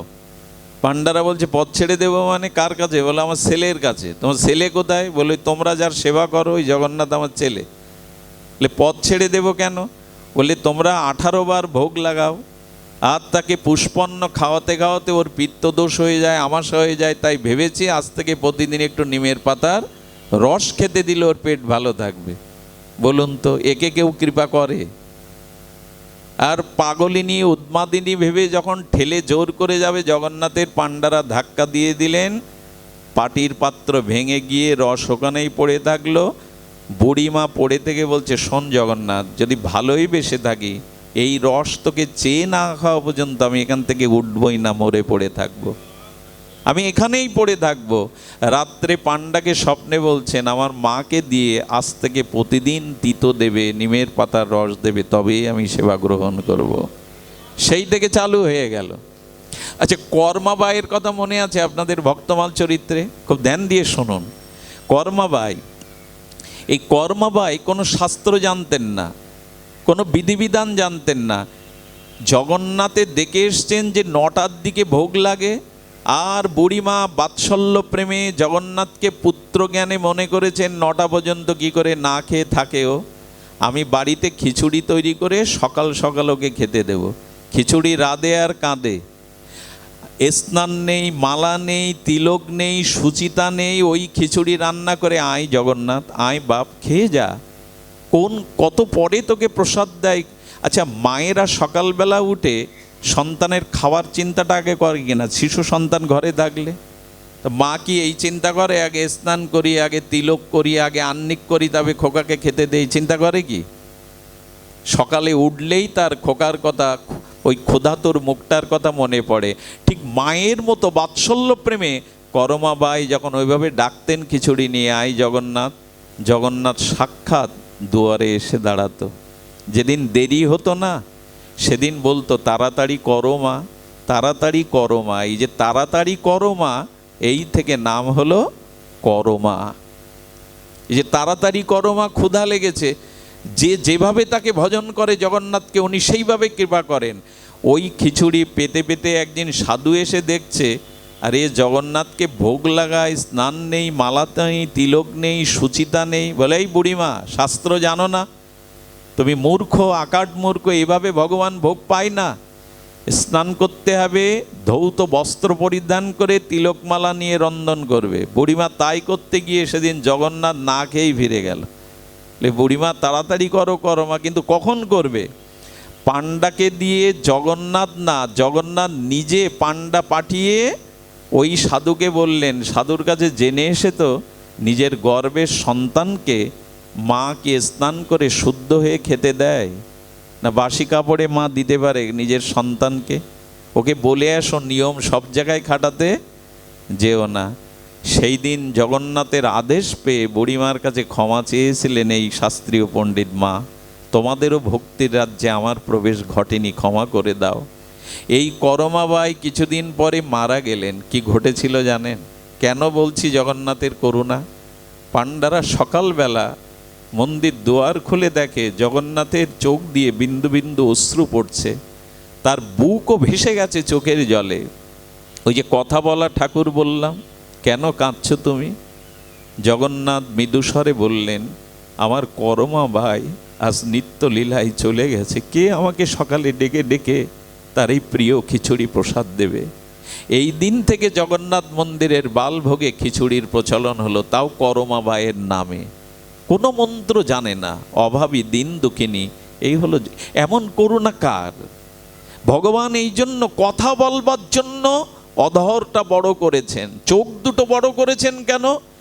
কেউ যেন করুণা থেকে বঞ্চিত না হয়। তো সেই রামানুজাচার্য বললেন এই নিয়মে চলবে না। গজপতি, পুরীর রাজাকে গজপতি বলা হয়, বললেন আজ থেকে বৈদিক নিয়মে জগন্নাথের সেবা হবে। 4 দিন সেবা ওদের দিতে দেয়নি, পাণ্ডাদের বের। রামানুজাচার্যের উপরে কথা কে বলবে? উনি বলরামের অবতার। উনি মন্দিরের ভিতরে যখন 4 দিন সেবা দিচ্ছেন, বাইরে দিয়ে পাণ্ডারা কাঁদছে, আমাদের ঠাকুরকে কিভাবে সেবা দিচ্ছে আমরা জানি না। সেবা না দিতে পেরে সেবকরা যখন কাঁদছেন, তখন জগন্নাথেরও চোখে জল। বলরাম বলছে, কাঁদছো কেন? জগন্নাথ বলে, দাদা, যে সেবা ওরা আমাকে প্রেমে দিত, সেই সেবা আমি রামানুজাচার্যের কাছে পাচ্ছি না। তখন জগন্নাথ সহ্য না করতে পেরে কি করলেন জানেন? রাতে রামানুজাচার্য তার সেবক নিয়ে ঘুমিয়েছেন, সঙ্গে সঙ্গে গরুরকে ডেকে জগন্নাথ বলছে, গরুর পাগনাটা বড় করে এই বৈদিক আচার্যকে দক্ষিণ ভারতে তুলে নিয়ে ছেড়ে দিয়ে এসো, যেন আমার মন্দিরে আর না আসে। ভাবতে পারেন একবার, বলরামের অবতার রামানুজাচার্য গরুর পাখাটা মেলে ওনাকে দক্ষিণ ভারতে দিয়ে আসলো। ঘুম ভেঙে দেখে আচার্য, আমি পুরীর মন্দিরে নেই, আমি লীলাচলে নেই, আমি দক্ষিণ ভারতে। জগন্নাথকে প্রণাম করে বললেন, ধন্য তুমি। পাঠিয়ে দিলেন সংবাদ গজপতিকে, যেভাবে সেবা চলছিল ওইভাবেই চলবে। ভালোবাসার সেবা, অনুরাগের সেবা, এই সেবার মধ্যে বিধি নিয়ম এটা বড় নয়। এই জন্য মন্ত্রের থেকে আপনার হৃদয়ের ব্যাকুলতাটা, অনুরাগটাই বড়। আমি মন্ত্রতন্ত্র কিছু জানি নে মা, শুধু জানি এই, তোকে ডাকার মতো ডাকলে তুই আসবি নে, তোর এমন শক্তি নেই। কথাগুলো রামপ্রসাদের। আমি মন্ত্রতন্ত্র কিছুই জানি নে মা, জানি শুধু এই, তোকে ডাকার মতো ডাকলে তুই আসবি নে, তোর এমন শক্তি নেই। এই জন্য জগন্নাথের মহামহিমা হলো, ভক্তির মহিমা হলো, এখানে অনুরাগটাই বড়, চোখের জলটাই বড়। শুনুন তবে জগন্নাথের এক ভক্তের চরিত্র বলেই আমি বিশ্রাম রাখছি। মনে করি তাড়াতাড়ি ছেড়ে দেব, কিন্তু লোভ জাগে। জগন্নাথের ভগবানের ভক্তির যে অসমধ্য মহামহিমা, ভক্তি যে স্বাতন্ত্র প্রবল, সকলের পক্ষে সম্ভব। ভক্তিতে যুক্ত হওয়া, ভগবানের সাথে যুক্ত হওয়া, সেটাই ভাগবত ধর্ম জানাচ্ছেন। ভক্তমালে জানাচ্ছেন সদন কষায়ের কথা, একটু কষ্ট হলেও শুনতে হবে। কার নাম বললাম? সদন কষায়। এই চরিত্রগুলো ভক্তমালে পেয়ে যাবেন। দেখুন, মানুষের জীবনে পরিবর্তন দুইভাবে আসে। এক, যদি আপনার অতীত জন্মের কোনো সুসংস্কার থাকে, তখনই আপনার ভিতরে শুদ্ধা ভজন, শুদ্ধা ভক্তি, শুদ্ধ সিদ্ধান্তের সংস্কার আসে, না হলে আসে না। আর যারা নাস্তিক, যারা ভগবানকে মানেই না, এরা যদি কখনো কোনো ঘটনা, কোনো কারণে ভগবানকে একবার বিশ্বাস করতে শুরু করে, এরা খুব তাড়াতাড়ি ভগবানকে পায়। রত্নাকরের মতো, এদের মতো। মাঝগানে যারা সংশয় চিত্ত নিয়ে, এদের কৃপা হতে অনেক দেরি হয়। পূর্বজন্মে স্বীকৃতি থাকতে হবে, না হলে এ জন্মেই অটুটভাবে হঠাৎ কারো মধ্যে বিশ্বাস জাগরিত হয়ে যায়।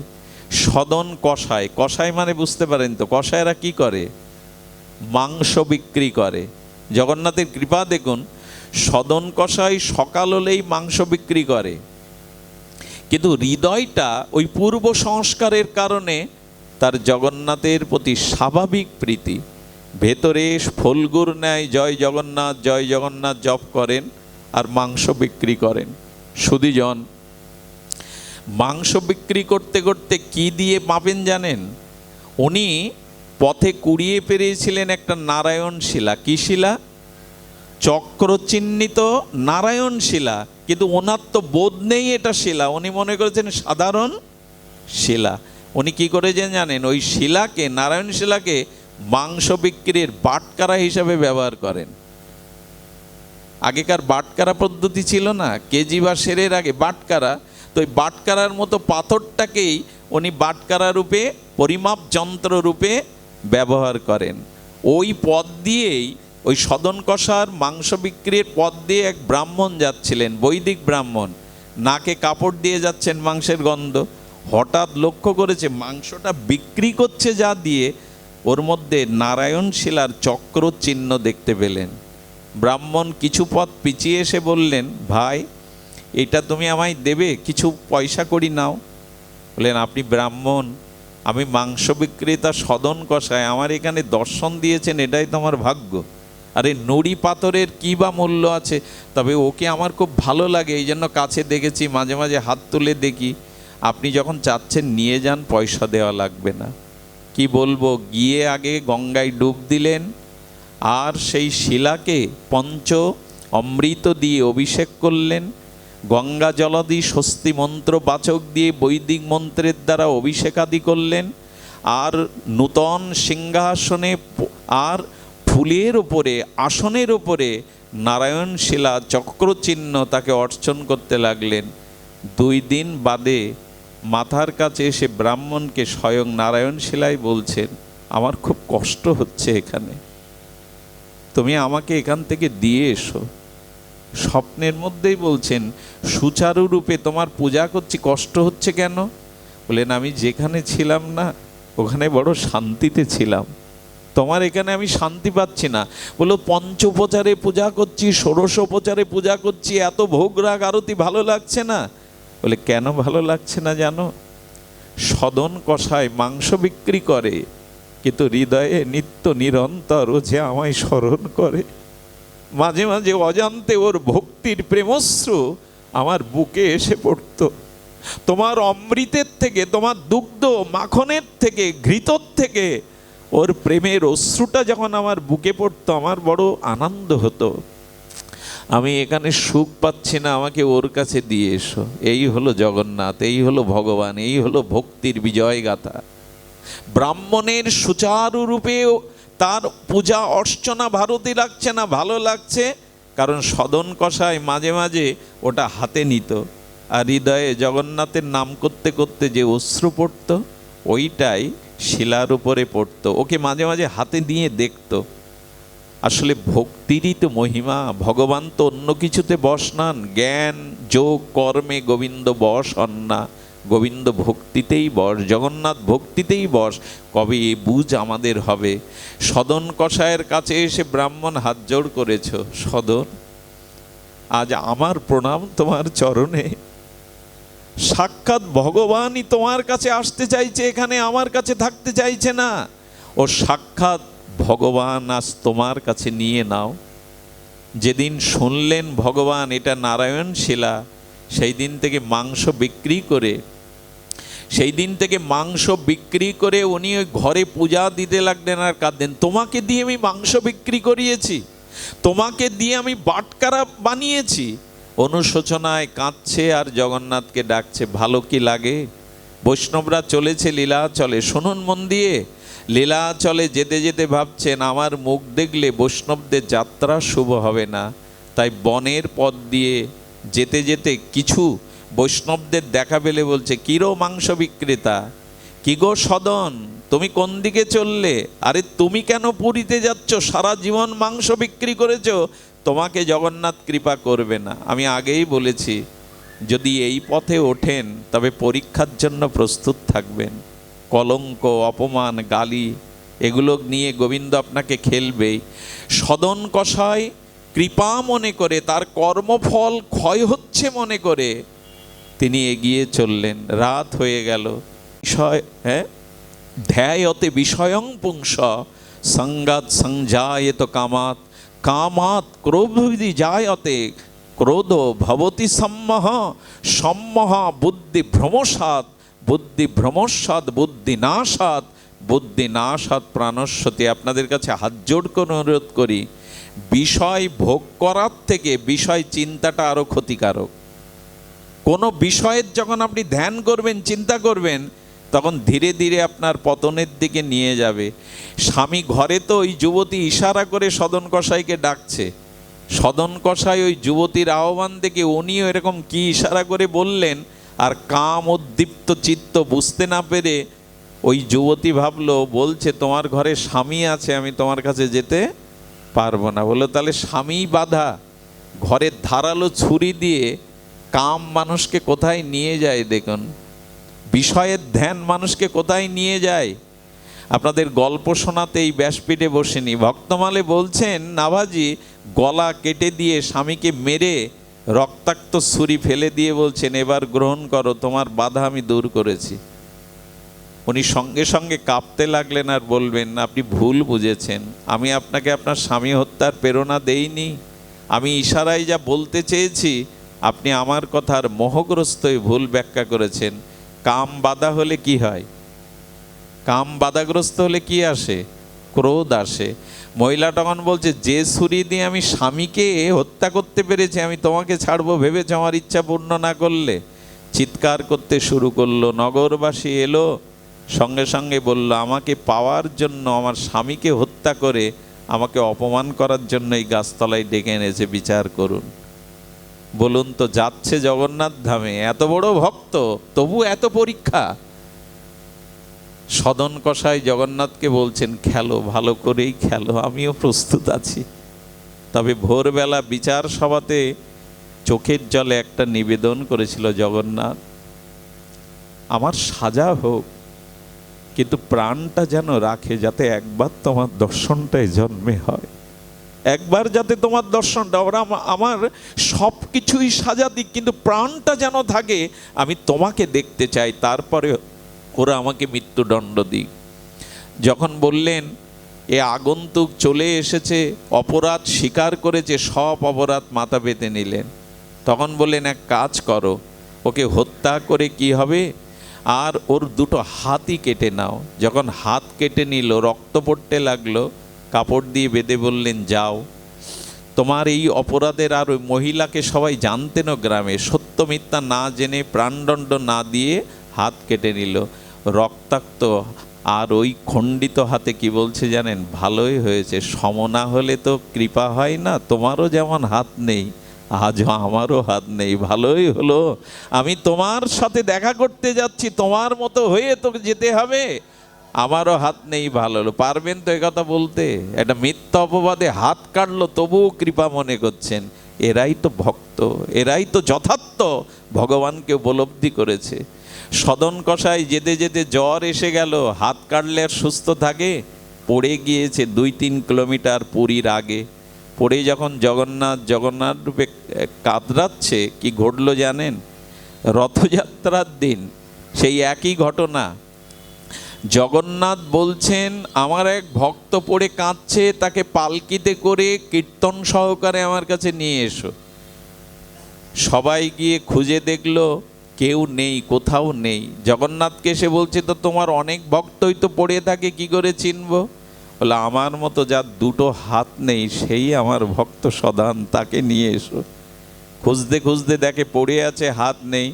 সদনকে গিয়ে বলছেন চলুন, জগন্নাথ আপনাকে স্মরণ করেছেন। একবারও কখনো সে ভজন করেনি, জগন্নাথকে দেখেনি, কিন্তু হৃদয়ে জগন্নাথকে ভালোবাসাটা ওই মাংস বিক্রি করতে করতে ভক্তির মহিমা দেখুন। আপনি যে অবস্থায় থাকুন, ওইখান থেকে যদি নিষ্কপট হৃদয়ে ভগবানকে স্মরণ করতে পারেন, তার পরিণতি ফল দেখুন অশেষ বিশেষ। অকারণ করুণা বরুণালয়, ভগবানের কৃপা দেখুন। বলেন জগন্নাথ তোমায় ডেকেছে, পালকি দেখে বলছেন আমার মতো পাপী মাংস বিক্রেতা পালকিতে চড়ে জগন্নাথ দর্শনে যাবে, হতে পারে না। আরে তুমি অসুস্থ, এই জন্য তো জগন্নাথ তোমায় ডেকেছে, চলো তুমি। পালকিতে করে কীর্তন করতে করতে যখন গর্ভমন্দিরে আনা হলো, আচ্ছা আমায় বলতে পারেন মহাপ্রভুর হাত উপরে, নিতাইয়ের হাত উপরে, জগন্নাথের হাত এভাবে সামনে কেন? সামনে এভাবে হাত কখন বাড়ায় মানুষ? যখন কাউকে বুকের মধ্যে নেওয়ার ইচ্ছা করে, আলিঙ্গন করার জন্য। জগন্নাথের হাত যখন ওইভাবে বাড়িয়েছে, ওরও হাত নেই, প্রণাম করে উঠে বলছেন আজ আমার হাত নেই, জগন্নাথ তোমার শ্রীচরণে প্রণাম দেব। যেই এই আরতি নিয়ে জগন্নাথের দিকে তাকিয়েছে, প্রণাম করার সাথে সাথে ভক্তবৎসল জগন্নাথ ওর দুটো হাত আবার প্রসারিত করে দিয়ে বললেন, এসো। বুকের মধ্যে প্রেম আলিঙ্গনে জড়িয়ে ধরলেন জগন্নাথ। সদান কষাই জগন্নাথের বুকে কিছুক্ষণ মাথা রেখে প্রেমাবিষ্ট হয়ে চিরদিনের মতো জগন্নাথে তিনি ওইখানেই বিশ্রাম নিলেন। জগন্নাথ চিরদিনের মতো তাকে চরণে নিয়ে নিল। হাত বাড়িয়ে আপনাকে আমাকে বুকে নেবে বলে ডাকছে। এভাবে কেউ হাত নেই, কোনো দেবতার হাত এভাবে সামনে প্রসারিত করা না, এসো আমার বুকে এসো। আমাদেরকে গ্রহণ করবার জন্যই তিনি হাত এভাবে বাড়িয়ে তার প্রেমময় বক্ষে আমাদের আহ্বান করছেন। আপনাদের কাছে প্রশ্ন রেখে গেলাম, সাড়া দেবেন তো তার ডাকে? সাড়া দিন। এ সংসারের অনেকের ডাকে সাড়া দিয়েছেন, কি পেয়েছেন জানি না, কিন্তু ভগবান ভক্তকে আহ্বান করে ডাকছে, এসো আমার কাছে, এসো আমার বুকে এসো। এখানেই শান্তি, এখানেই কল্যাণ, এখানেই প্রাপ্তি। তার আহ্বানকে যেন আমরা উপেক্ষা না করি। এই ভগবানের করুণার সুশীতল ছায়াতে যেন আমরা সদন কষায়ের মতো পৌঁছাতে পারি। আজ এইটুকু নিবেদন রেখে রথযাত্রার এই জগন্নাথের প্রসন্ন কৃপার দিনগুলো আপনাদের ভক্তিতে কাটুক, ভজনে কাটুক। এবং আজ মহাভাগ্যবান আমাদের রেণুকাবালা বিশ্বাস মহাশয়া, স্বামী সুদংশু বিশ্বাস, তার আত্মকল্যাণে, এই রেণুকাবালা কৃষ্ণদাসের আত্মকল্যাণে আজকের ভাগবত উৎসর্গীত হলো। জয় শ্রী গুরু প্রেমানন্দে গৌর হরি বল, জয় শ্রী রাধে। আমাদের গোপালগঞ্জ থেকে ভক্তরা এসছেন, আমাদের মোস্তফাপুর থেকে ভক্তরা এসছেন, তাদের সাধুবাদ জানাই। দাদাজিকে নিবেদন করব একটু পাঠ কীর্তন করার জন্য। জয় শ্রী রাধে, জয় শ্রী রাধে।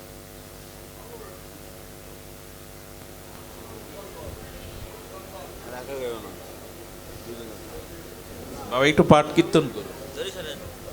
সুধীজন, রাধে রাধে। বিনীত নিবেদন আপনাদের চরণে, আপনাদের সকলের জন্য কিঞ্চিত প্রসাদের আয়োজন আছে। কৃপা করে তাদেরকে ধন্য করে প্রসাদ নিয়েই তবে গৃহে যাবেন। জয় রাধে। জয় জয় রাধে কৃষ্ণ, রাধে কৃষ্ণ।